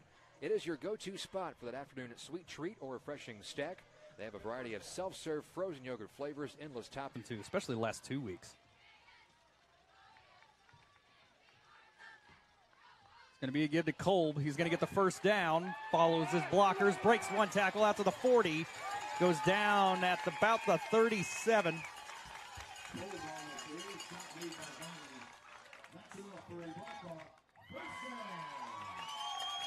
So move the chains once again for the Hawks. Once again, that running attack. When they go to the outside, they've got a little bit more room to run. And Kolb's got that speed. 1st and 10, ball at the 38. Going to be a give to Page this time, trying to find his way through the middle. 20, 15, 10, 5, touchdown, but we got a flag. Hold on to your hats, You folks. might have a holding down on the line of scrimmage. Well, that explains why he got the big hole there. Holding at the 29, so, yeah, that's why. Good call, Bill. You got the hole, son, because we tackled somebody. So Mount Vernon will be marched back. It will be a first. He caught extra yardage after breaking a couple of tackles. That'll be, again, Mears again to the 31. 16, Ryan Keene. Gain of 5 on this play. Ryan looking to be more of an in-the-pocket type of quarterback, getting to the top of his drops, distributing the ball to the playmakers. As I said, Ryan Brass more so the playmaker, secondary playmaker type of guy that when the play breaks down, but tough sledding for Ryan, and the other Ryan coming in and doing a good job so far. So it's going to be 2nd down and 5. Schlacklider to throw now, again near side, and brought down at around the 27-yard line. On the reception, Drew Murphy. He's had a big game. When you get positive plays, the swagger of everyone on your team starts to look a little. That is a nice. We got a flag again. Holding. Hands it right off. Up the middle goes Dogdell. He picks up about 7. We haven't really heard too much of Dogdell tonight. We'll see if he can find Painter here in the 3rd quarter. Well, and Dowdell's a guy that he has 7 rushing touchdowns. Was a little banged up earlier in the season, but a really dynamic runner. And keep in mind, too, this is actually, he was the backup heading into the season. Noah Bryant, who broke his collarbone in week 2, has been out, was their primary back, but Dowdell's been a great addition for them. And I tell you, they're marching right down here on the first possession, Tony. Cruz with 2 touchdown passes on the night, looks for a third, up for grabs, incomplete on the overthrow on 2nd and 3. So 3rd down and 3 coming up here for Covenant Christian. Threw it up into really triple coverage there, and luckily for Covenant, an overthrow did not give Cardinal Ritter an opportunity to pick that one off in the back of the end zone. And with the see another down, it's 3rd down and 3 coming up for the Warriors. This is one, too. I really like the idea of getting Cruz outside of the pocket here again and allowing him to go through a progression of his reads. Handoff, Dowdell cuts back, gets back to the line of scrimmage, still on his feet, and he's tackled just short, I think, at the sticks. And they're going to mark him just short of the 1st down. And a 4th and short here. Craig, what do you do? Again, as I just called on that play, I like the idea of getting Cruz out of the pocket. I like his ability, as we talked about in our opening segment, to be able to throw the ball when needed outside the pocket or off the run. But he's a guy that can make things happen with his feet as well. I think you need to get him outside the tackle box. 6th play of the drive here. Quarterback keeper passes the line of scrimmage, hit at the goal line, and he gets in for the 2nd time on the ground tonight. It's Connor Cruz with the touchdown, and it's 30-0 as Covenant strikes first here in the 2nd half to push their advantage. But it's still only for a short gain, so the Blackhawk defense, again, doing their job. Holds Ellis for a short gain. They will not have to run another play. Nope, 17. They might be content just to run this out. They are waving for the guys to come over to the sideline, so that'll do it for the 3rd quarter. At the end of 3, only 1 left to go. Blackhawks trail the Cougars 17-0. Watching Blackhawk football at Bragg Sports Media. Wilson Farm Market. We know it's not only what you eat, but where it comes from that matters. Granddad Bill knew that too, and selling fresh eggs back in 1968 turned into Central Indiana's favorite farm-to-table market today. We don't only grow our food, we make a whole bunch of amazing treats and meals fresh in the store every single day. Come see us once. You'll be a fan forever. Wilson Farm Market. Everything about us is better than anything you'll find in a big box store. Bragg Insurance Agency, a family-owned business, has a team of qualified professionals that will work to provide you with the best coverage for you, your family, or business. Choose the trusted and highly reviewed.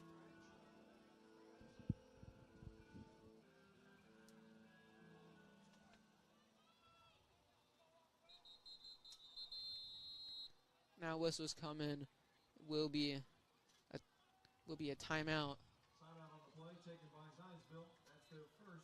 Zionsville wants to talk things over for this 3rd down play. Coming up, they got Noblesville in sectionals. Noblesville's record, like Zionsville, 3-5.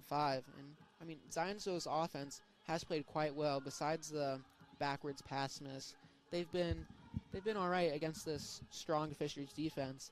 So the Eagles could definitely win their first game in sectionals. Meanwhile, the Tigers playing against Homestead in sectionals. Should be a good matchup for the Tigers. Very good matchup. Tigers still leading by 14 with 6 minutes and 30 seconds left in this 3rd quarter. Yeah, teams in 6A have a bye week, so these Tigers players have fall break, only 2 practices this week, and then a bye week. Should definitely be well rested for sectionals. As you mentioned, Tigers have a break, probably hoping to get some players back that have been injured this week. Yeah, Kobe Martin will probably be back for the next game. Yeah, we expect that for sure. Just, making the decision to rest on his injury, no point having him go out there and get hurt again when the Tigers have already great backup running backs. That pass is complete, number 87, Riggins, for the Zionsville Eagles as he picks up the 1st down. Good for Zionsville, 1st down, off 42-yard line.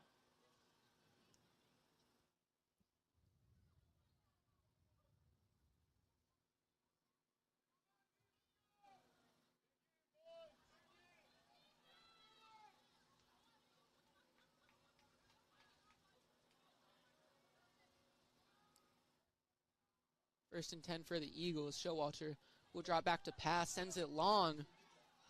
Fantastic defense there from number 80, Ellums. Almost picked off. Defended on the play by number 80, Carson Ellum. Great job by Carson Ellums, the sophomore. Despite Hilton's speed, Ellums did not let him get by. It's a bit of a short throw by Showalter. But still a good job by Ellums going up with the ball. This Tiger defense not letting it up at all today. Has been playing fantastic against the Eagles defense, or offense, excuse me. Holding the Eagles to only 14 points.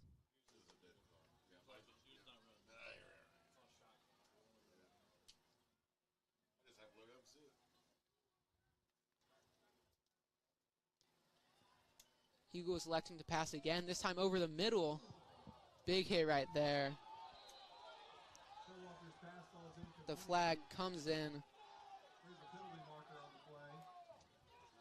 Tigers fans not happy with that. That will be a penalty against number 3, Reagan Tembalembu. He was gone for the ball, however, personal foul, the ball had already been thrown. And that is a costly penalty right there. That'll be a first down for the Zionsville Eagles. 15-yard penalty. Result in first down for Zionsville. Yeah, just an unfortunate stroke of luck there.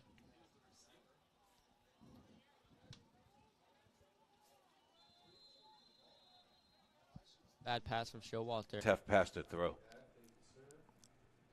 He stepped right in front of, read his eyes. Nice play.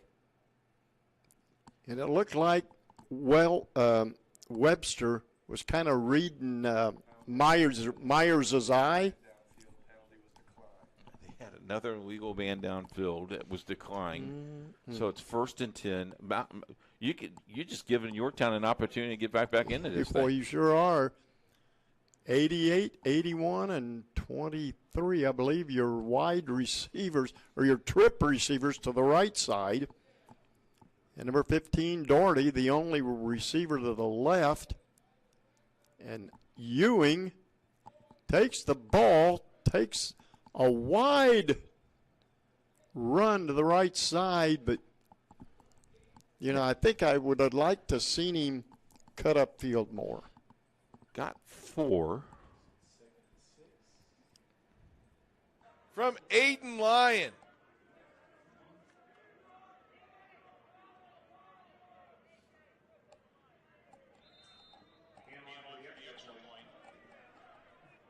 Heritage Christian now on top 47-0, and out with the extra point is Noah Ham. Kick is up, and it is good. So far this half, he's been playing fantastic. A couple first downs for the Eagles. And now Zionsville in fantastic territory.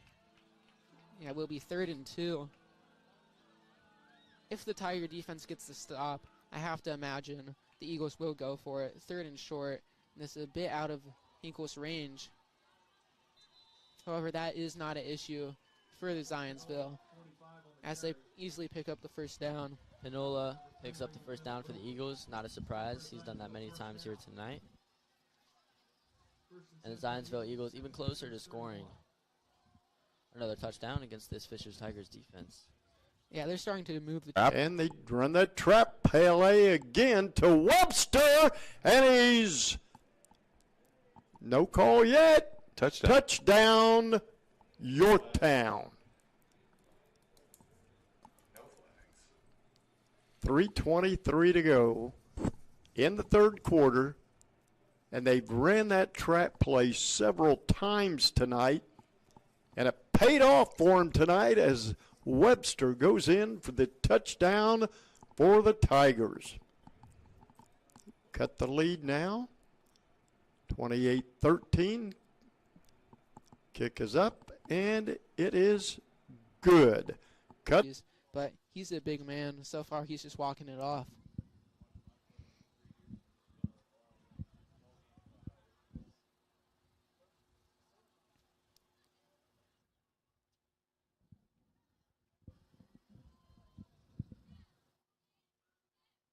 Showalter definitely has his confidence back after that fumble.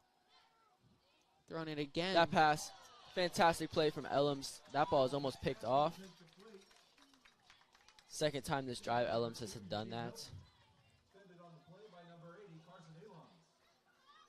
Yeah, the Tigers have gotten so many almost interceptions. Great job by Ellams breaking up the play.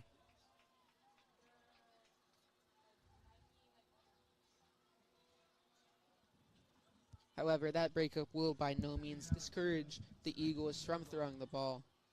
However, their run game this drive has looked pretty good. For the first time in a bit, this Eagles O-line has been able to push the Tigers D-line back, something that has not happened very often all season. This ball handed off. Just a missed tackle right there. 32 able to get the edge. Good pickup of 6. It'll be 3rd down and 4 for the Eagles. Tiger fans, it's 3rd down.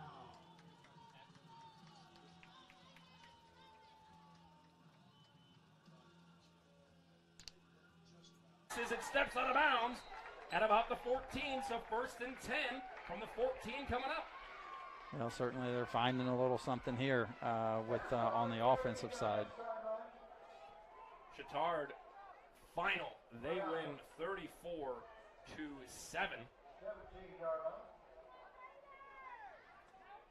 Certainly the Trojans there at Chittard.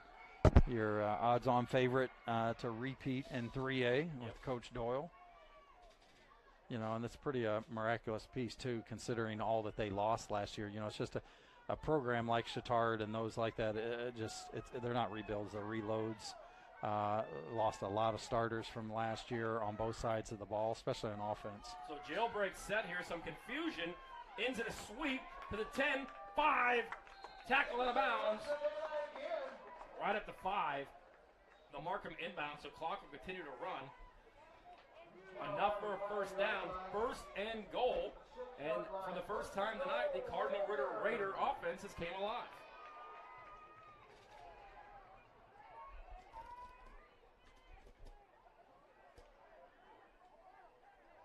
And with a touchdown and a 2-point conversion, all of a sudden this becomes a 2-possession game.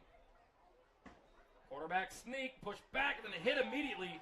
Great job there by the Covenant Christian defensive line, getting the stop on 1st and goal. Well, and going under center there really gave the Covenant defense an idea of what they were. Ritter's giving them a little different look, but kind of gave that away in terms of what they were trying to do.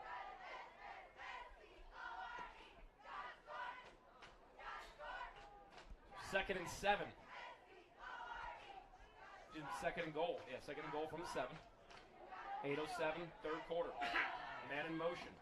I formation. Allen, quick pitch, left side, blocking ahead. Keeps his feet churning down to the goal line.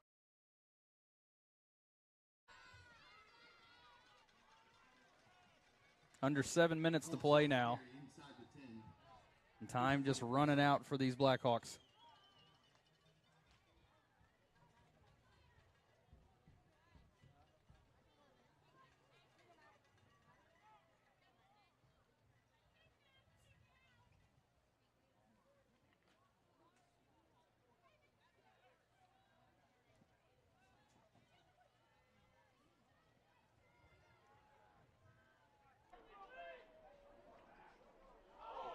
It's a botch snap over the head.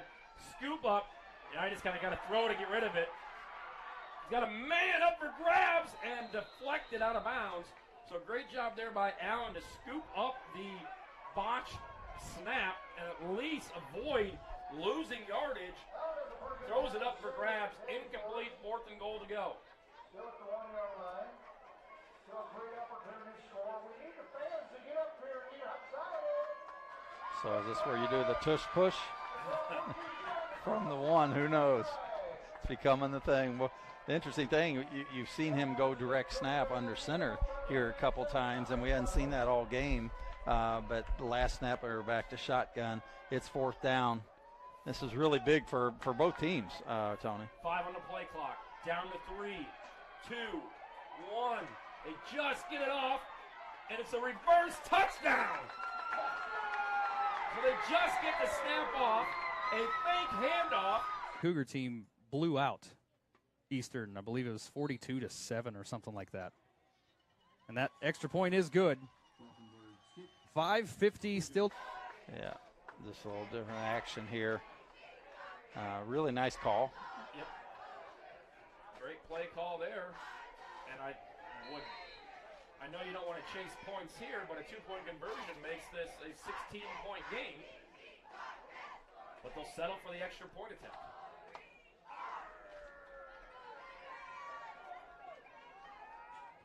Kick is up and good. So 14 straight, no good. Freshman, probably what, 15, 16 years old? Yeah. Good job, young man. Second down. Now they're running the clock. Dominic Barnett. And then Brogan takes the handoff, and he's just carrying the Yorktown defenders down the field into Yorktown territory, about their 35. When they needed play, they have given him the ball, and he has delivered. 1st and 10, Yorktown 35, the Marauders. And we got 30 seconds to go in the third quarter. I don't think they can run the clock completely down. They'll have to run a play. But they're taking their sweet time. Boy, they are, aren't they? Under 10 on the play clock. There he is again. Hands oh, off. nice. Oh, no, it was a good defensive spot that there. That was Myers on the list of injured Tigers so far. He's clearly not happy about that one. You can see his frustration on the sidelines over there. Number 24, Kobe Martin, trying to comfort him. As the Tigers get a pickup of 2. It'll be 2nd and 8. Yeah, Tigers now have 2 injured running backs on the bench. They're really going to have to rely on Ryan Thembalembu now. Especially, as they're up 2 scores, just want to run out the clock. We might see a little bit more of number 4, Brady Griffiths, in the game now that Sakai Ogle will not be in. Yeah, I might see it as well, more passing. Sturgill tosses this one to McCartney, who picks up a first down.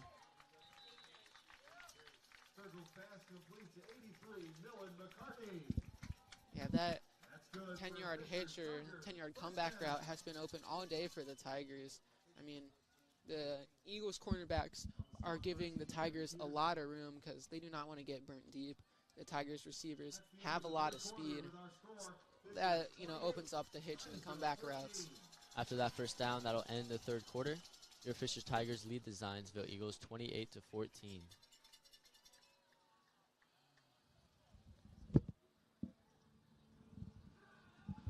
So this break in action is a good time to remind you that the Fisher Sports Network is brought to you by Penske Chevrolet. If you're looking for a new or used vehicle, was able to read that. Tackle for a loss. 2nd down and 11. Here comes pressure again right up the middle. Lyon avoids one tackler, and he'll run out of bounds around the 35-yard line. They'll call it the 37. Lyon likes to run with that ball in his left hand. He's on the right side of the field. Switch that hand. Put that ball in the other hand so he didn't create a fumble. 3rd down. 3rd and 8 for the Eagles offense.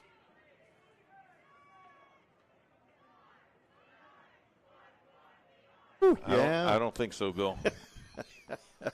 You saw me. All right, saw me walking into today. Trippy receivers right side for the Marauders. Myers back to pass. There's a got a wide open. Oh, Sturgill launches that ball to number 81, John Anthony Hall, but that's fantastic defense from the Eagles.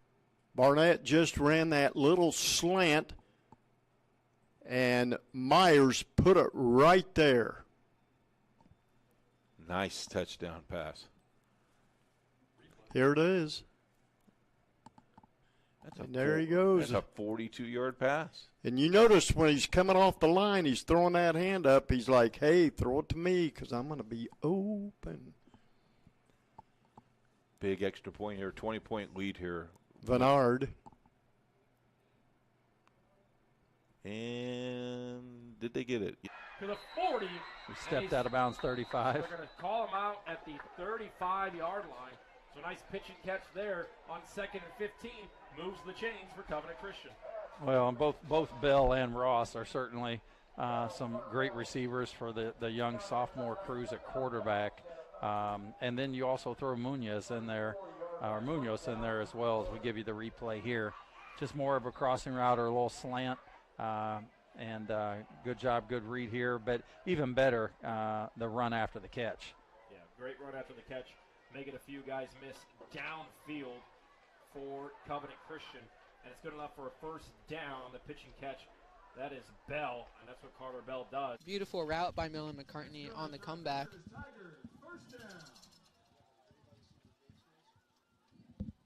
Nice pickup of about 16. Tigers have the ball now on Zionsville's 18. Sturgill with a fantastic find there. Sturgill's been fantastic so far tonight with many completions. Yeah, I mean, he's just a sophomore. He's a backup quarterback. He's came up huge. Sturgill hands that one off to Thembalembu. It's crazy how much Sturgill has improved just over the season. I mean, going into today, he only had 123 yards, 1 touchdown, and 2 interceptions.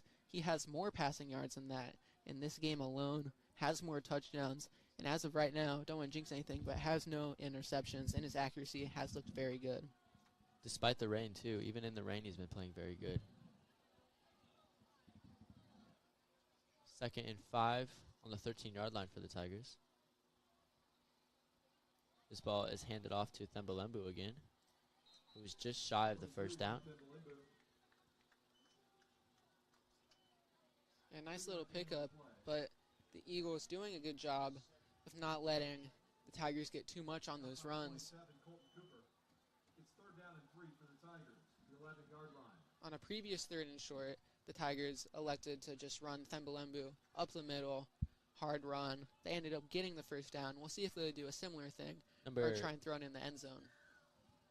Number 72, Lima Owens, into the game as a guard for the Tigers. He's a freshman. Interesting right there. And the Tigers will end up taking their first timeout of the second half. Want to talk things over just as Zionsville did. That same play that they've scored twice on, and I don't know if he got to the. It's close. I think they're going to look like they're saying he got to the 31. I think they needed to get to about the 32, 33. So it will bring up 4th down.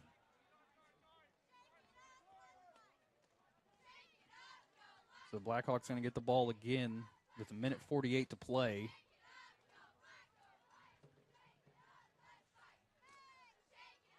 Eli Kolb and DeCrane going to be back to field this punt.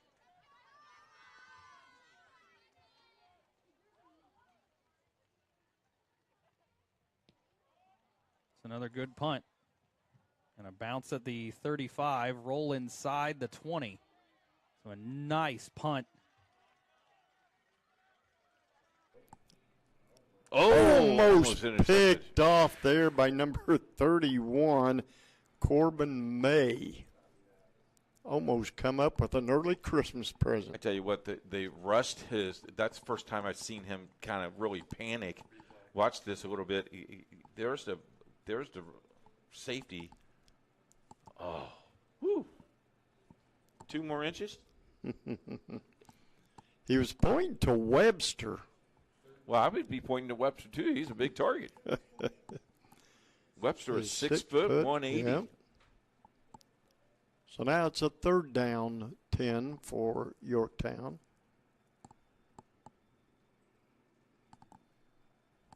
Moulton airs it out again. Got the man.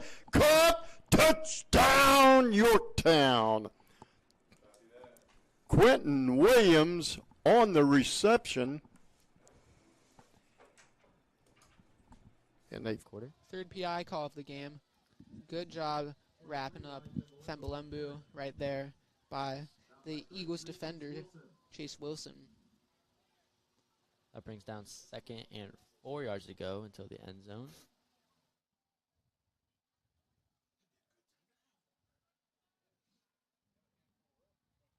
Second down for the Tigers. Goal to go at the 4-yard line.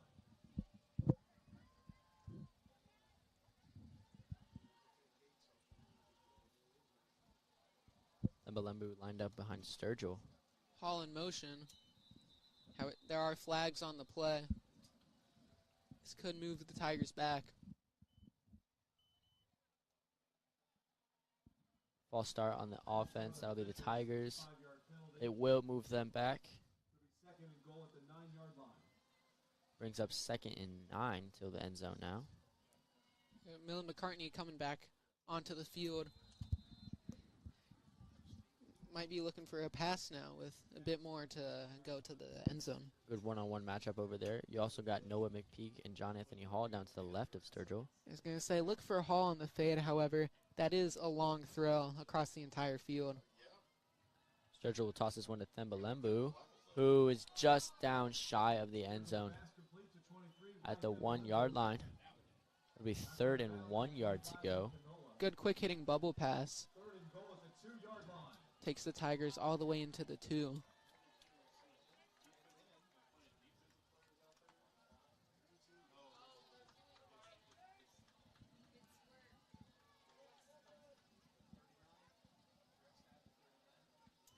Direct step to number 39, and he will score for the Fishers Tigers.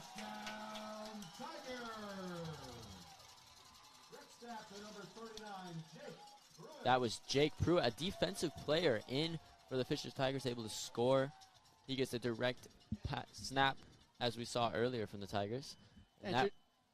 Yeah, we saw that earlier with Hayworth, and looks like Coach Funk is getting all the seniors involved in their final home game. I mean, Pruitt, as a defender, he looked great running with the ball. You know, broke a few tackles, found the hole. That kick is nowhere near. But your Tigers lead by 20.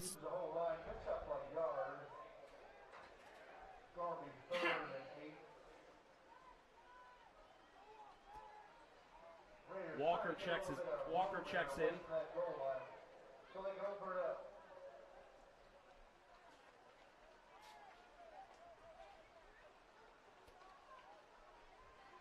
Ureo, the big wide receiver, at 6'2", will check in as well. But look, the pass, throws it off the tips of Covenant Christian, and out goes the offense. Carter Bell with the deflection, and Ritter will have to punt it from their own end zone. This will be one that does more than likely striking either at the goal line or just inside his own. Which is going to give them great field position once again.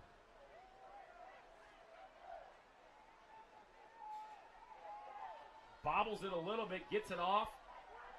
A decent punt, fair caught. No bounce away from it. It takes a Covenant Christian bounce to the 25-yard line. And the Warriors with great field. Into Castle territory.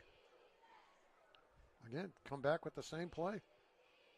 And Elsterman fumbles it, regains possession, rolling to his right, trying to get rid of it, and he can't do it. Dumped back at the 50-yard line, a loss of 13.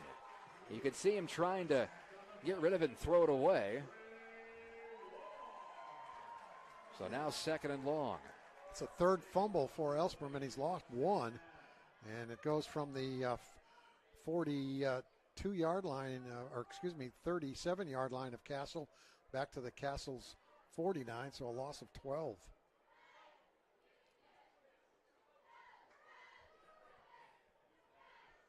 So a good run by Kendrick gets negated on the play. Elsterman drops back. Now he takes off running. 45-40. Lightning quick speed by Elsterman. He turns the corner 20. Inside the red zone. He's shoved out of bounds. And the Tigers are inside the red zone here early third quarter. Goes from the Castle 49-yard line to the Knights 14. So a 35-yard pickup. Good acceleration, as you can see, by Elsperman. Showing that good speed.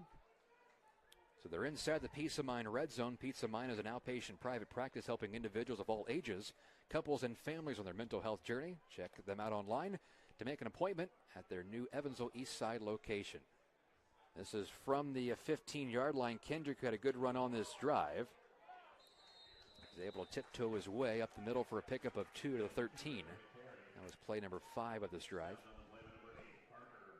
Parker Bellwood met him in the hole. Well, the Tiger defense forced Knights over on downs to start the second half. And the Tigers have moved into the red zone. Need to come away with some points if you're a Tiger fan. Tigers have not scored since the 10:55 mark of the first quarter. Elsterman keeps it himself after the fake to Rode. Got out of one tackle. He's inside the 5, carrying several blue jerseys. And it'll be first and goal for the Tigers at the 4-yard line. Aggressive running for Luke Elsperman. He utilized his speed that time, Jevin, as he was able to break away from one tackle, maybe even 2. First and goal. Chance to make it a one-possession game. They bring back in Petke to go under center. Rode lines up behind him along with Horning. It is Rode off right tackle, stumbling forward. He lunges near the goal line. Touchdown Tigers. 4-yard rushing score. Porter Rode, his third of the season. 7-play drive. Good job that time by the offensive line on the right side, especially as looked like he might have been short. He might have been short with a knee down, but the referee said, no, you were able to extend the football and get 6. That's his number, and that's 6 points for the 10-23. First and 10. 1:15 to play, third quarter. High formation, misdirection, handoff. Pickup of about 2. Second and 8.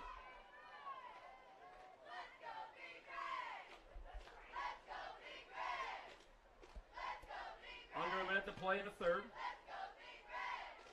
As the crowd and the cheerleaders on our side. For Cardinal Ritter, excited for this one. With a chance for a comeback. 13 unanswered here in the third. Second and 9 from the 21. Just been a bit surprised that we haven't seen Walker or Gregory, their wide receivers, test them down the field. Really haven't tested Covenant's corners at all to kind of see what the piece might look vertically. The slant there intended for Henderson, slightly overthrown, and a third and 9 coming up.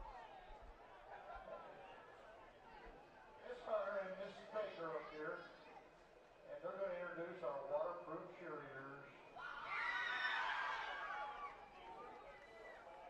As soon as it stops. I said this a few weeks ago. PA announcers these days. After the third quarter. It's their an hour and a half of fame each week. Should be a reality show on it, Greg. Be great. Third and 9. Fumble, ball loose, skips back, fields it, tries to get back, still on his feet, makes one-man miss. Now he's got some space ahead of him. And he gets a first down. We're going to have to see that one again. The fumble, misdirection, and nothing out of something. And Henderson enough for the first down. So making something out of nothing on a weird Friday the 13th. A rainy night here at Marion University. First down nonetheless. Yeah, here we get the replay. It's not just the fumble, but probably 4 broken tackles in one. There's one. There's 2, 3 of them. And a great job by the downfield, too. Some good blocking. Ross with the tackle. And a quick handoff here. And that's how the third quarter will end. The momentum slowly shifting back to Cardinal Ritter. They scored 13 unanswered. They still trail 31-27 left. Bolted down deep for the Tigers. Ready to return this punt for the Tigers. Another bad snap. Bolton will let this one bounce. but won't get it. Takes a very nice Eagles bounce. Goes all the way down to the 16. I have a little bit of a weird choice there from Fulton not grabbing that ball. On the intended receiver was Cole Purdue. And again, it just bounced off his arms, Clark. And when that football gets wet, it's really heavy and hard to catch. Those gloves really become important, and it's hard to, a heavier ball. It's also hard to make sure that you're leading those receivers. Well, that was a really good throw. Just couldn't hold on to it. And what do they say? If you can touch it, you should be able to catch it. That's a good point. So it brings up 3rd and 8. You in four down territory here, Clark? Yeah, I think so, Bill. I think you here at midfield, down 2 scores, you're getting some momentum. I think you're definitely in 4 down territory. Oh, intercepted by number 31 of Mount Vernon. Corbin May stepped right into that receiver, right in the zone. Mixed up coverages there when they dropped into the zone. May just read the quarterback's eyes, Bill. Boy, didn't he, though? And he caught it really well with his hands. You see dropping back in the zone. Didn't even see him right in front of the slant. I liked how he also changed the hands as he's running to the left side, protect that football. A big turnover. Now Mount Vernon has the ball in Yorktown territory. Chew up some of that clock. Shorten the game a little bit. Williams was the intended receiver. Myers to Brogan. And that's what you want if you're Mount Vernon. And I'll tell you what, I like this Brogan kid from Mount Vernon. He runs hard. He seems like he gets to top speed pretty quick in about 2 or 3 steps.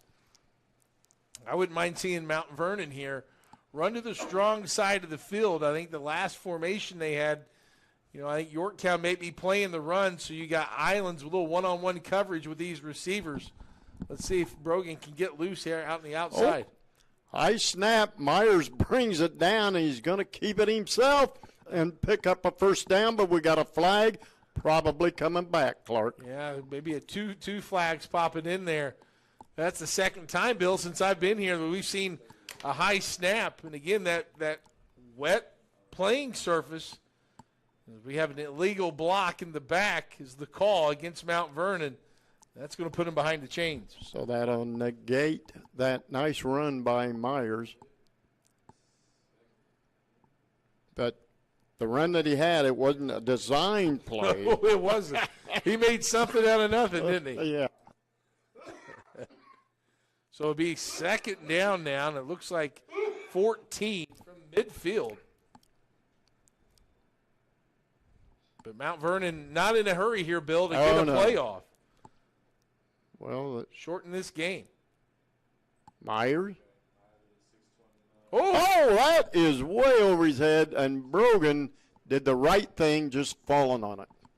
We had a game earlier today where we had a couple of 6'4" quarterbacks, and it was hard to get over their head, but having some trouble there with.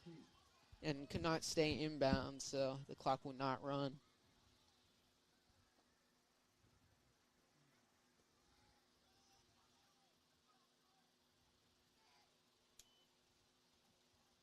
Punt here from McPeak. He's got a low snap, but fair catch by the Eagles right on the 50-yard line. I believe that's his 3rd on the season. So a nice tackle in the backfield.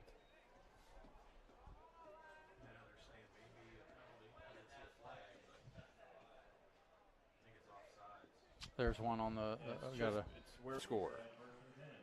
25-yard punt, so the Memorial Tigers, decent field position, try to tie the ball game up. Right when that ball was snapped, I thought it was sailing over his head. Nice athletic move to get that. Hey, thanks to Pet Food Center. They have locations on Evansville's east, west, and north sides, also in Newburgh, as well as Owensboro, Kentucky. Anything you want for your pet, they've got it. Pet Food Center.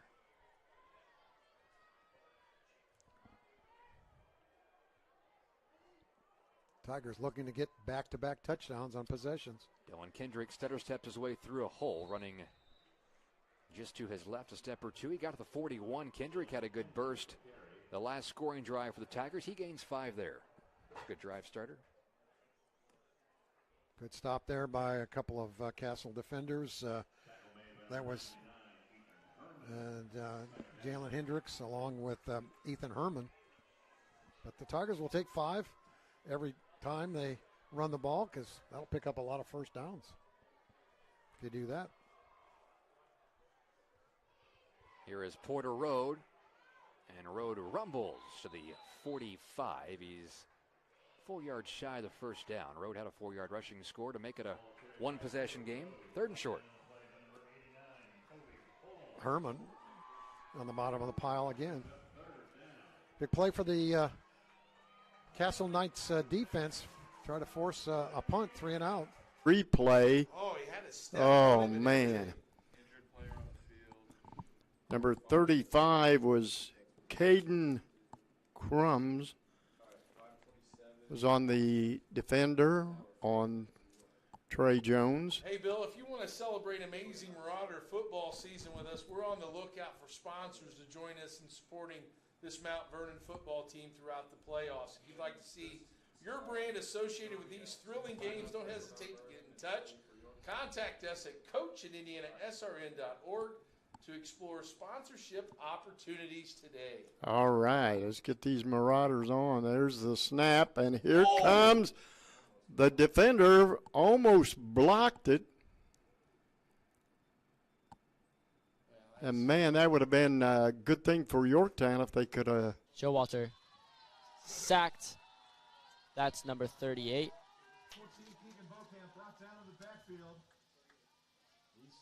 Camden Funk with the sack. Great job by Camden Funk getting to the quarterback. Now Eli Showalter has been taken out. That will be 4th and 14 for the Eagles. Looks like they might be going for it here. Yeah, I really got nothing to lose with this little time left. Playing for pride at this point.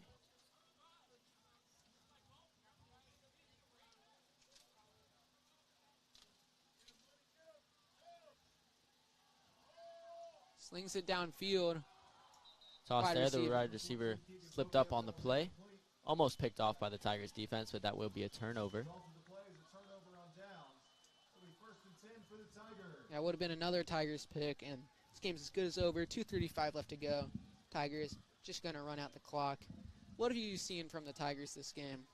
I'm seeing both sides, offense and defense, are playing fantastically well together more than individually this game. Obviously, a couple of individuals have stuck out like Thembalembu and Hall and Wolf. But overall, a very good team effort from the Tigers here today, able to get the W against this tough Zionsville team. Now their sneaky Zionsville's record will drop to 3-6 on the season.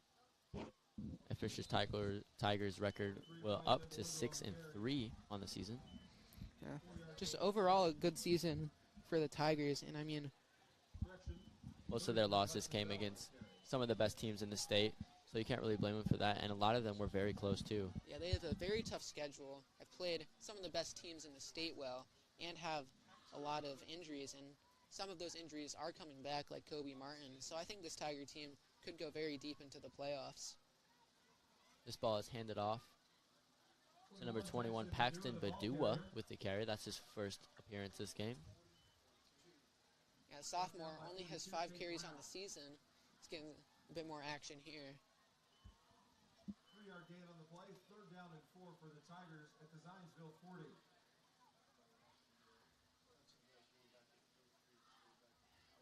Badua out of the game, number 33. Hudson Bell in. Trying to get everyone touches in at running back. Shooting clock. If they get the first down, they will not have to give the ball back to the Eagles. 33 Hudson Bell on the carry. Gets wrapped up. Does not get the first down. Stopped by 23 Brent Meyer. It'll be 4th and 3. Brett Meyer with a tackle.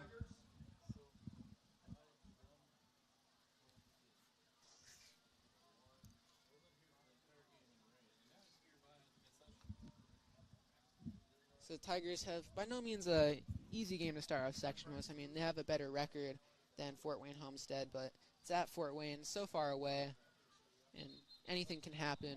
Padua back in the game. Gets the ball, but there will be a flag on the play. 46 seconds left. False start on Fishers. Be a 5-yard penalty. Replay 4th down.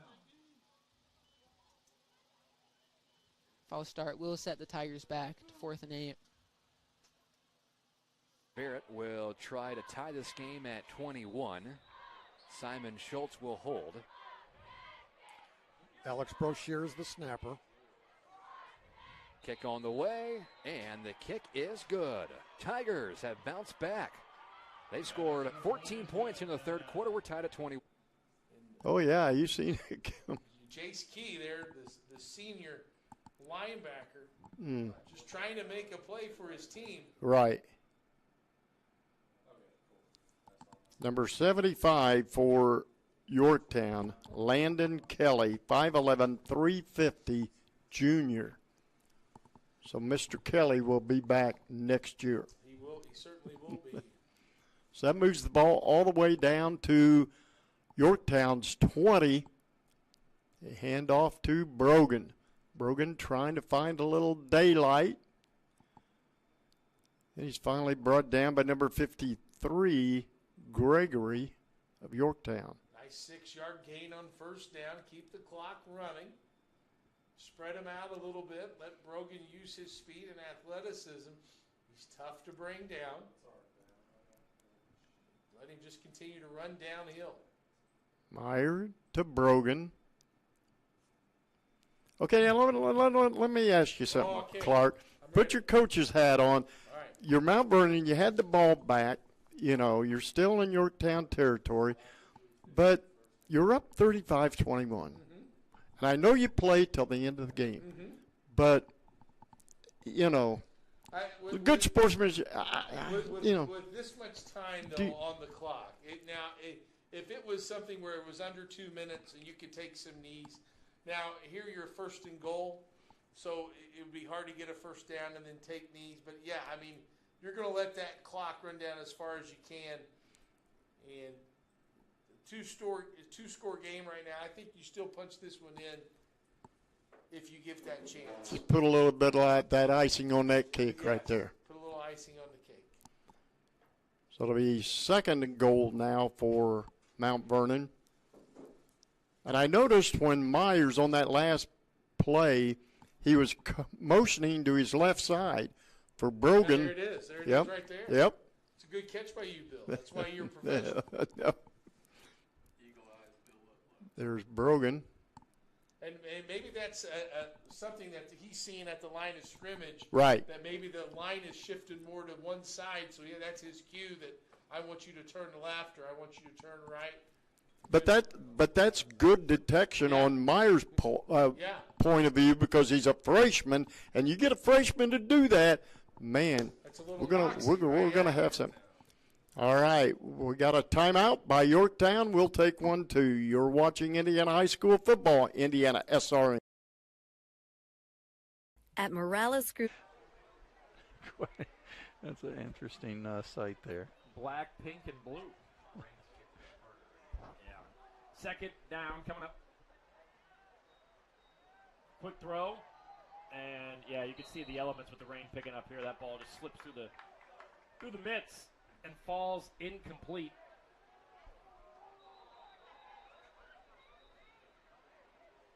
And Ritter will take a timeout. 31-13. They trail with the football.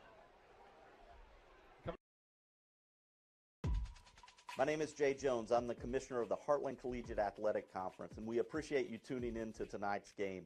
We hope you'll stay tuned to SRN for tomorrow's Heartland Conference Game of the Week, showcasing some of the best small college football in the Midwest. We look forward to seeing you then. Hey, Indiana. Let's clear the air about vaping. Glue, rat poison, paint. We all know these products contain poisons like formaldehyde, arsenic, and lead. And these are just a few of the chemicals you'll find in e-cigarette vapor. Let's clear the air, Indiana. Don't puff this stuff. Visit don'tpuffthisstuff.com to join the fight and spread the word. Back here from Marion University, 5:32 to play. Cardinal Ritter with the football trailing 31-13. Craig, some interesting scores on a rainy night here tonight around the state. No, it is. I mean, one big surprise, I shouldn't say big, but a little bit of surprise is Lawrence Central beating Carmel. That was hosted by LC, 21-17. Christian Brothers final now, 47-3 over Warren. 3rd and 13, shimmy shake. Allen tackled hard from behind, gets about 6 yards. And they'll set up a 4th down and about 8 to go. At midway through the 4th quarter, Center Grove 45, Cathedral 38. Wow. Cathedral storming back. They were down earlier by 17. Lighting up the scoreboard at the Butler Bowl. Fishers over Zionsville 34-14. That's also in the 4th quarter. I'm just hoping my alma mater, Portage, can not go over in the season. Oh, we're going to have to give you an update on that. Probably from the lose. region. So they'll elect to punt it. It'll go over Ross's head. So a great punt here will take another big bounce to the 36-yard line. And Covenant will take over, leading 31-13. 4:38 to go. Lawrence North over Pike 21-6. That's also in the 4th quarter. Sure, at this point, most of our games, if they're not final, will be in the 4th. And you got Decatur Central 36-0 over Franklin Community. Avon 14-7. That game is final over Noblesville. Okay, we want to thank all of our sponsors here tonight, officially human. Tam Sweet and Savory Cafe, Wheeler Mission. Boilermaker Local 374, Morales Group, and Piper Logistics. If you want to be a part of our broadcast coming up next Friday night, as we turn our attention to round 1 of sectional play in the IHSAA playoffs, please get a hold of Coach at IndianaSRN.org. We will get you set up sponsorship-wise for the upcoming playoffs for the Covenant Christian Warriors. 1st and 10 handoff. Gets the edge and tackle from behind for a pickup of 3 yards. 2nd and 7 coming up on a rainy night from Marion University.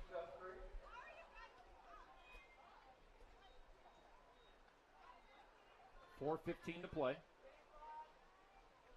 Craig, we look back on this one. Obviously, the elements maybe had something to do with a few things. A dominating first half by Covenant Christian, set up by their defense. What are maybe 1 or 2 adjustments you want to see this team make before they make their playoff run starting a week from tonight?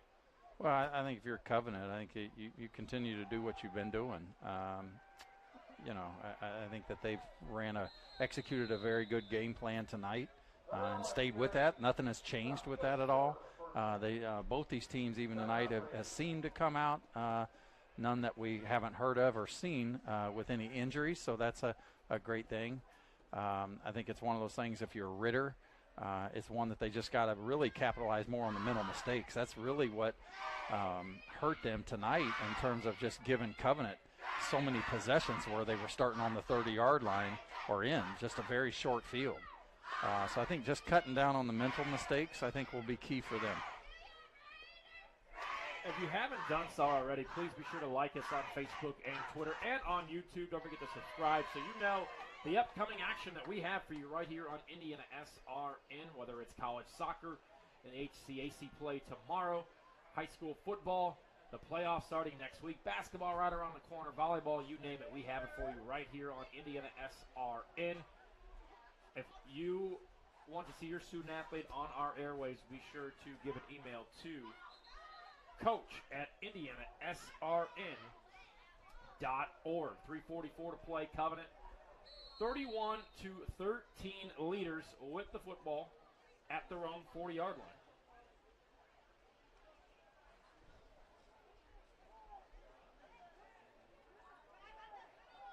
On a rainy evening on the west side of Indianapolis, Marion University. Covenant Christian with the football. 3:44 to go. Cruz out of shotgun. After the timeout, charge to Cardinal Ritter. We're going to have a false start. False start Covenant. Craig, you're up here. 31-13, 3:42 to go. Starters still in playoffs next week. I think the name of the game is here, don't turn the football over, move the sticks 2 more times, and need this one out. Yeah, and I mean, it's even 1-2. I think at this point, I'd be trying to put in a few of my backups as well, especially in my skilled positions as well. You've been fortunate not to get anyone banged up tonight, and hate to see any of that happen at this point, but I would expect a heavy dose of the ground game to force Ritter to use some timeouts and keep that clock moving. Yep, 3 to go on the play clock, down to 2. Here's the snap, the look, the throw across the middle. Caught off to the races. Ross looking for his second touchdown of the night. Stretches forward. Got it. End zone. Touchdown. 59-yard touchdown strike. And Ross finds the end zone for the 10th time on the season and the 3rd time tonight. Just hit him on a quick slant, and then it's off to the races. Put on some afterburners, actually outran the other 3 or 4, but did a great job, too, of running the deepest part of the field that he could and getting to the sidelines and making it hard for the defense to catch him there. But showed some great breakaway speed there, and I'm sure that's the exclamation point at this point. So a 59-yard touchdown strike. His second of the night. Extra point pending from Munoz. And it's through. 3:07 to play here on Indiana SRN. All Covenant Christian. They lead 38-13. To the game, we've got your back. Just go to www.indianasrn.org and tune into all of the live action, or go to our on-demand service and relive your favorite moments. We never really realize how much we depend on electricity until the power goes out. Get those lights back on when you choose the certified electricians at Bertner Electric Incorporated, locally owned and operated. Not on him. I know I'd be running. Tough spot for the sophomore. Micah Mills was in there at running back. Now Antonio Harris is back in on 2nd down and 10. They go unbalanced to the left. 4 offensive linemen, they run that way. And Harris stacked up. Gets back to the line of scrimmage, no gain. 3 white jerseys in there. 3rd and long. Tackle made by number 46, Ben. They give the tackle to 46, Ben Zemer.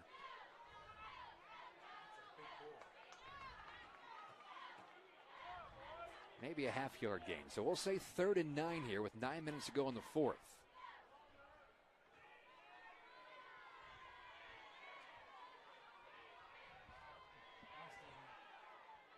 Tigers going with 3 down linemen. They're going to maybe drop 8. Morgan hands off to Harris. Harris with the burst of speed. Got through the initial pursuit. And now he's inside the red zone. Just walks out of bounds before he was greeted by Dasmond Johnson. Tigers had a chance to stop him past the first down mark, or behind the first down marker. But Harris picks up the first down. Great athleticism by the senior. Show why he's the leading receiver and rusher, and why Indiana State says we'll take you next year with a scholarship offer. 15 rushing touchdowns for Harris this year, 4 receiving. He's got 1 rushing score tonight. From the 18, and Castle jumps. Flag on the play. False start on the offense. 5 5-yard penalties against the Knights. That'll set them back 5.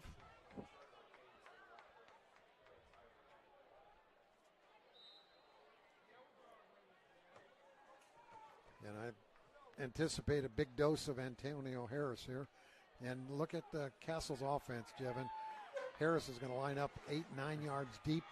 Gives him plenty of room to survey the offensive line, see where the hole's going to be. On 1st and 15, more flags, and again a false start against Castle. So now they're staring at a 1st and 20. Got to have all 11 guys set for a second. That didn't happen.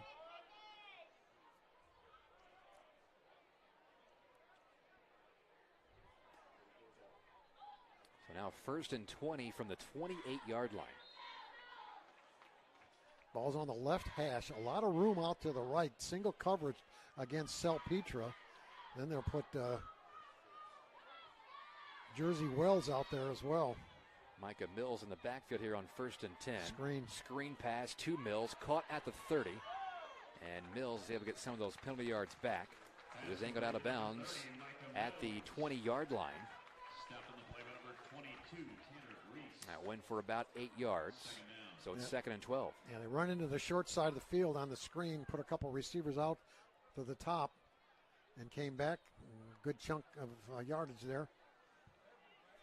Okay, this would be a 38-yard field goal if they don't pick up anything more. They attempted one field goal in the first half, 36-yard variety. It was blocked. Harris in motion, left to right.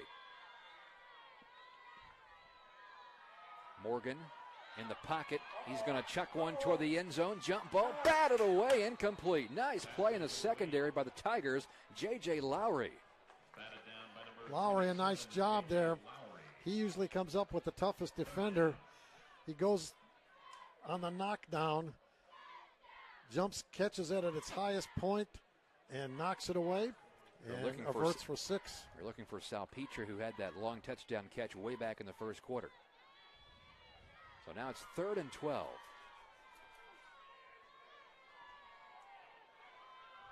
Good play, just couldn't convert. Wells in motion. They pitch it to Antonio Harris. Harris goes up the middle, backpedaling, refusing to go down at the 13, maybe 14-yard line. You're looking at 4th and 5 or 6 here, and we'll have a field goal attempt for Castle as they will try to retake the lead. Zemer in the bottom of the pile. So the ball on the 13, you add 17 yards, 7 yards back, 10 for the end zone. So this will be a 30-yard field goal. It'll come from pretty well the middle of the field. Well, Shears blocked it the first time. Riker Cotmel will attempt this field goal. Memorial maybe jumped off sides, and the kick is good for Riker Cotmel. There is no flag anyways. So Castle takes a 24-21 lead on a 30-yard field goal from Riker Cotmel with 7:38 to go.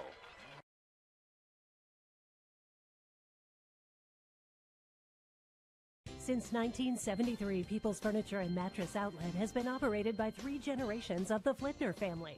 From Stan Sr. to Stan Jr., and now Stan's daughter Susan and her husband Jacob.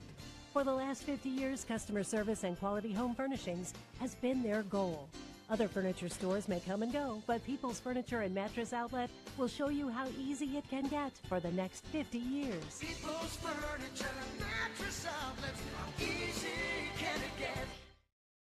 Evansville's original pizza since 1955? Why, it's Rock-A-Bar Pizza, of course. 17 incredible specialty pizzas. Mega Meat, Chicken Barbecue, Rocco Pesto, and Bacon Cheeseburger. Or how about Quesadilla, Chicken Bacon Ranch, Hawaiian Margarita around the world, and their breakfast pizza.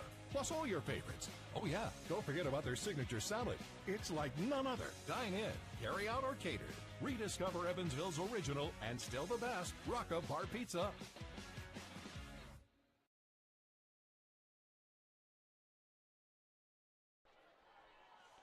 Castle back in front, 24-21, thanks to a 30-yard field goal from Riker Cotmel, who will now kick it off. 7:38 to go. That snaps a streak of 14 straight points from the Tigers after trailing 21-7 at halftime. Ellsperman and Donovan Baker have switched spots, but Cotmel hits it in the end zone. Hey, you belong at Ivy Tech Community College with 5 times to start each year. They have flexible scheduling. There's always a great time to begin at Ivy Tech. Join them for Tuesdays at the Tech. Here's the big defensive play by the Tigers. It was J.J. Lowry who made this play back at the end zone, denying Salpetra of a long touchdown catch.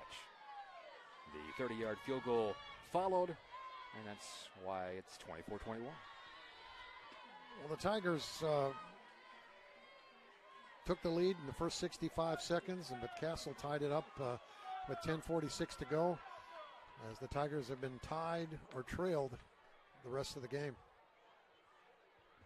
Elsterman pitches to Porter Road. Head of steam, far sideline. Road able to sprint to the 26, a pickup of 6. Ball carried by Porter Road. Good pursuit that time. Play by number 36, Cade McConnell. Cade McConnell ran him out, but a good pickup. Tigers have had a lot of 5-yard first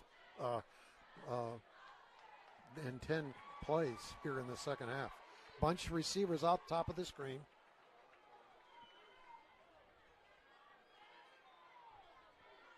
Second and 5 from the 25-yard line. Simon Schultz is, Kendrick is back in the backfield now. And so they go to Kendrick, and Kendrick is able to slip through to the 29-yard line. It's a gain of 4, so it's 3rd and 1. Ball carried by Dylan Kendrick. Stopped on the play by number 89, Kobe Pullum. Looks like Kobe Pullum. It's a freshman who made that tackle. We talked about them being young. They actually have a handful of freshmen and sophomore in the game right now. 6.5 to go in this ball game. Big 3rd down and 1 for the Tigers. Kendrick lines up in the backfield once again, shifting the left hip of Elsperman. Same formation, just to the other side. Might try to use the wide side of the field. Elsterman keeps it, and he gets the first down to the 31-yard line. Same looking play as they ran 2 plays ago, but that time Luke kept it himself and picked up the first down. 7th first down of the half for the Tigers, 5th on the ground in the final 24 minutes. As we'll wind down to under 6 minutes to go in the game. The Tigers have a fresh set of downs.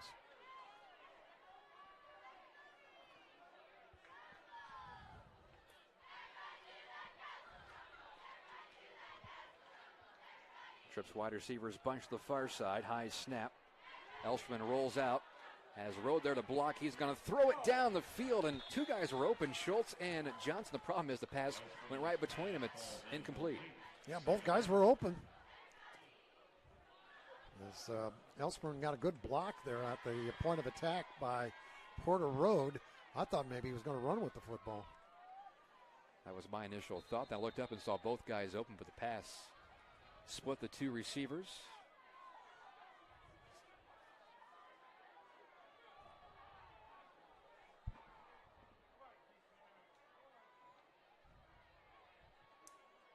Some discussion there by the referees across the field.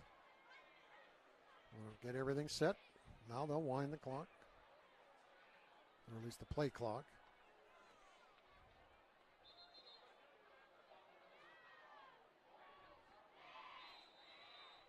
Not too sure what that conversation was about, but they got it figured out. So back to action here with the 2nd down and 10.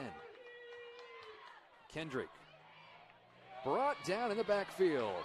Loss of 2. And now the Tigers staring at a 3rd down and long. Parker Bellwood did a nice job slicing in from his outside position and caught him in the backfield. A couple yards. 3rd and long.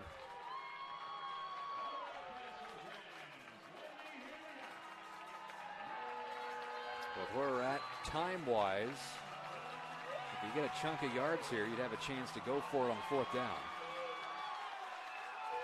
Well, that play when they rolled out Elsperman out to the right side, he had a chance to run or pass.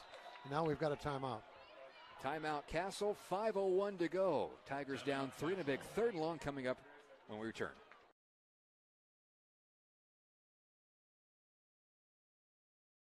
Support the local economy and save more when you shop at the Pet Food Center. We have over 6,000 pet-related items for dogs, cats, birds, fish, reptiles, turtles, rabbits, hamsters, gerbils, and more. Anything you want for your pet, we've got it. Includes full lines of the best pet food, birdseed, a full line of heated pet products, pet clothing, toys, and more. Walk in, curbside pickup, shop online, and free local delivery. Anything you want for your pet, we've got it. Pet Food Center. Why do our students love Wrights Memorial? Because our academics prepare students to succeed in college and in life. I believe in educating our students to their highest potential. I believe in creating a welcoming, faith-based learning environment. And I believe a memorial education is the foundation for a bright future. Explore the endless possibilities at Wrights Memorial. 12 out of the timeout for the Tigers. Elserman rolling to his right. He will just take off running with it, and he gets the 40 before he is clobbered. He's a yard short of the first down. I think that gain of 11 makes this decision pretty easy now for Coach Hurley, especially with less than 5 minutes to go. Oh, yeah. It's, again, he had a chance to cut up fielder. Didn't see who made the tackle for Castle, but it was a good one because it did not allow Elsperman to get the first. So Petke comes back in as he will go under center here. He better hurry, though, as they break the huddle with 10 seconds on the play clock. Castle loads up 10 guys within the line of scrimmage. Petke hands off. Porter Road, and he is stopped. Rhodes' forward progress is shut off right at the line of scrimmage. A huge stand for the Knights defense, and they'll take over leading by 3 with 4:06 to go. They put the man in motion. They came back to the short side of the field, and good job by the left side of the defense. As you can see here, Rhodes tried to bounce it up the middle. Had a chance maybe to bounce it to the outside, but they had container out there as well. So the Castle defense for the first time forces the Tigers on downs, and it's a big one with 4:06 to go. Tigers do have their full supply of timeouts left. Here comes a heavy dose of Antonio Harris, more than likely. There he is. And Harris is able to stretch it for a 4-yard gain.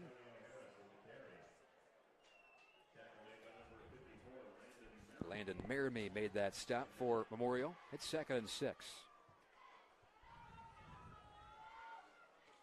Tigers trailed 21-7 at halftime, tied it up at 21.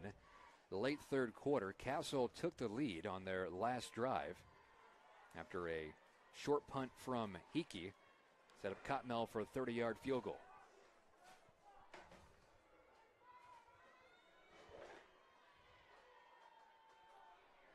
Near side, Harris. Oh, he stays on his feet and in bounds. Oh, they said he stepped out of bounds. The elusive Antonio Harris almost broke it for a score. Regardless, an impressive run by him. Picks up the first down for Castle. That's just their third first down of the second half. Well, look at some of the scores in the past dozen years or so. There's been a lot of close games here played by both of these schools. 1- and 2 possession type games. And Castle leads all-time series 27-18. Harris, again, stepped out of bounds, so it stops the clock with 3:19 to go. Almost broke that and put the game on ice. Harris this time drugged down from behind, a loss of a yard, and the Tigers will now use their first timeout. We'll keep it here with 3:12 to go, and remind you that People's Furniture Mattress Outlet, 50 years of operation for a business that is family and third generation owned. How easy can it get for quality furniture and a quality mattress? Stop by and see the friendly folks at People's Furniture Mattress Outlet in Evansville. Landon Merrimee was able to roll him down with no gain. Castle would just like to have this last 3:12 click off the clock. They've got the lead. But, we've seen how many games we've done and over our broadcasts, that whether football or other sports, and a lot of time at 3:12, still a lot of play to go. As we saw, 2 touchdowns scored, in the first minute and 14 seconds of the game to start. Score update from Tucker Smith. North leads Central 65-0 in the fourth quarter. Bossy on top of Harrison, 48-13 in the fourth. And Wrights with a slim 4-point lead over Mater Dei in the fourth quarter, 14-10. Final score, Jasper beat Vincennes 13-0. We touched on that earlier. Well, this score remains here. Jasper winning over Vincennes, and Castle wins over Memorial. We'll have that 5-way tie for second place. Postseason play starts next week. The Tigers will be at Central. Castle will have the week off, a part of that 4-team sectional. All right, 2nd and 10.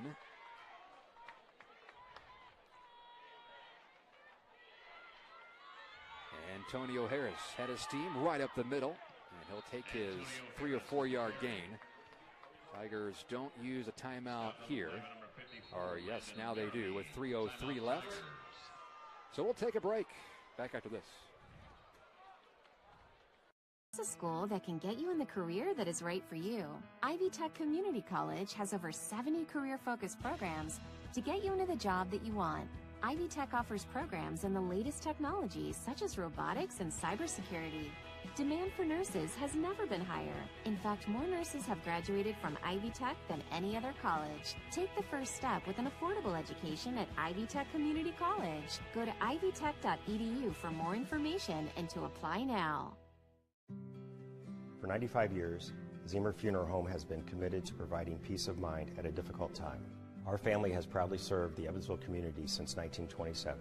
As we enter into our 4th generation era, our professional and caring staff works hard creating meaningful ceremonies to meet the special needs of each family. We are proud to celebrate 95 years of business in the Tri-State. Zemer Funeral Home is honored to help comfort families during their time of need. Thank you for trusting our family with your family.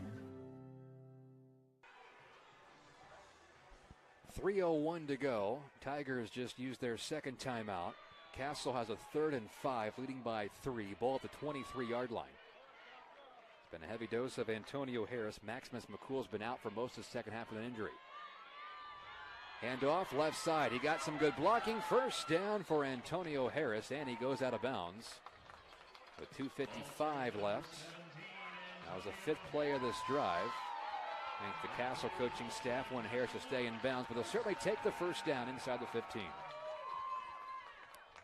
I'm not so sure anybody but 17, Antonio Harris, is going to touch the ball, carrying it here the rest of this game.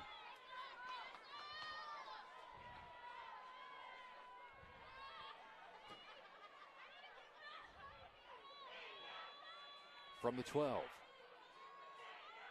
it's Harris up the middle. Pickup of 4. Antonio Harris with the carry. Donovan Baker, the initial hit. They're inside the 10 in the red zone at the 7. Stopped by number 5, Donovan Baker, 2nd down. Baker made that last stop for Memorial. Harris had a 30-yard rushing touchdown back in the 2nd quarter. Score here would basically end the game. They won't snap it unless there's 2 or 3 seconds left on the play clock. Right now, play clock at 8 seconds as they go up to the line of scrimmage. On 2nd and 5, Harris stumbled a bit, but he falls forward to the 5, a pickup of 3, and it's 3rd and 2. He stumbled because he got hit by Alex Broshears. Stopped on the play by number 35, Alex Broshears. Well, they don't even have to play call a play in the huddle, Jevin, because they know what they're going to run here. But again, the stout defense for the Tigers can maybe force a field goal and keep them in the game. Or it could be go for it on 4th down, because the Tigers would have to go 90-some yards if they don't pick up the first. 3rd and short here. Back to Harris, and he is able to squeeze through to the 1-yard line. It is a first down, which essentially ends the game, because the Tigers have just 1 timeout.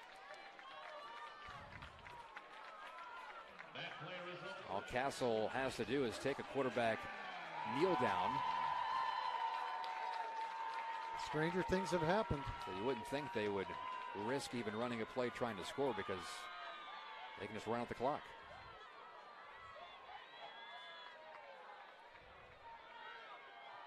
I think they give it to Harris and try to get a touchdown. And before the snap, Castle takes a timeout to think about it with 56 seconds.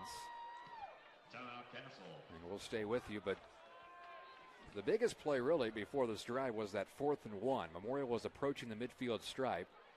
And that 4th and 1 play, they went with Porter Road, and the Knights defense stuffed him. Well, the Memorial Tigers might not win this game, but they certainly came back from a 21-7 deficit and played well, tied it up And again, with 7:38 to go, a 30-yard field goal by Riker Cotman is the difference in the ball game right now, as the Memorial Tigers will move to the 51st Annual Indiana High School Athletic Association State Tournament, as they'll travel to Central Stadium to take on the Central Bears. And a road back. And again, they are the defending sectional champions in sectional 24. Yeah, head coach John Hurley and the Tigers have won 6 of the last 7 sectionals.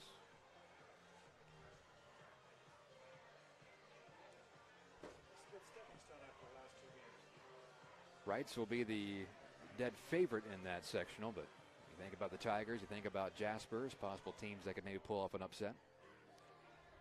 Bedford North Lawrence, first time they're in the sectional, might be as well. They're going to take a knee. So quarterback kneel down by Bowden Morgan. Memorial won't even bother using that last timeout, so they'll have one more kneel down. This game will be over. So the Castle Knights are going to win their final 3 games of the regular season to finish 6-3.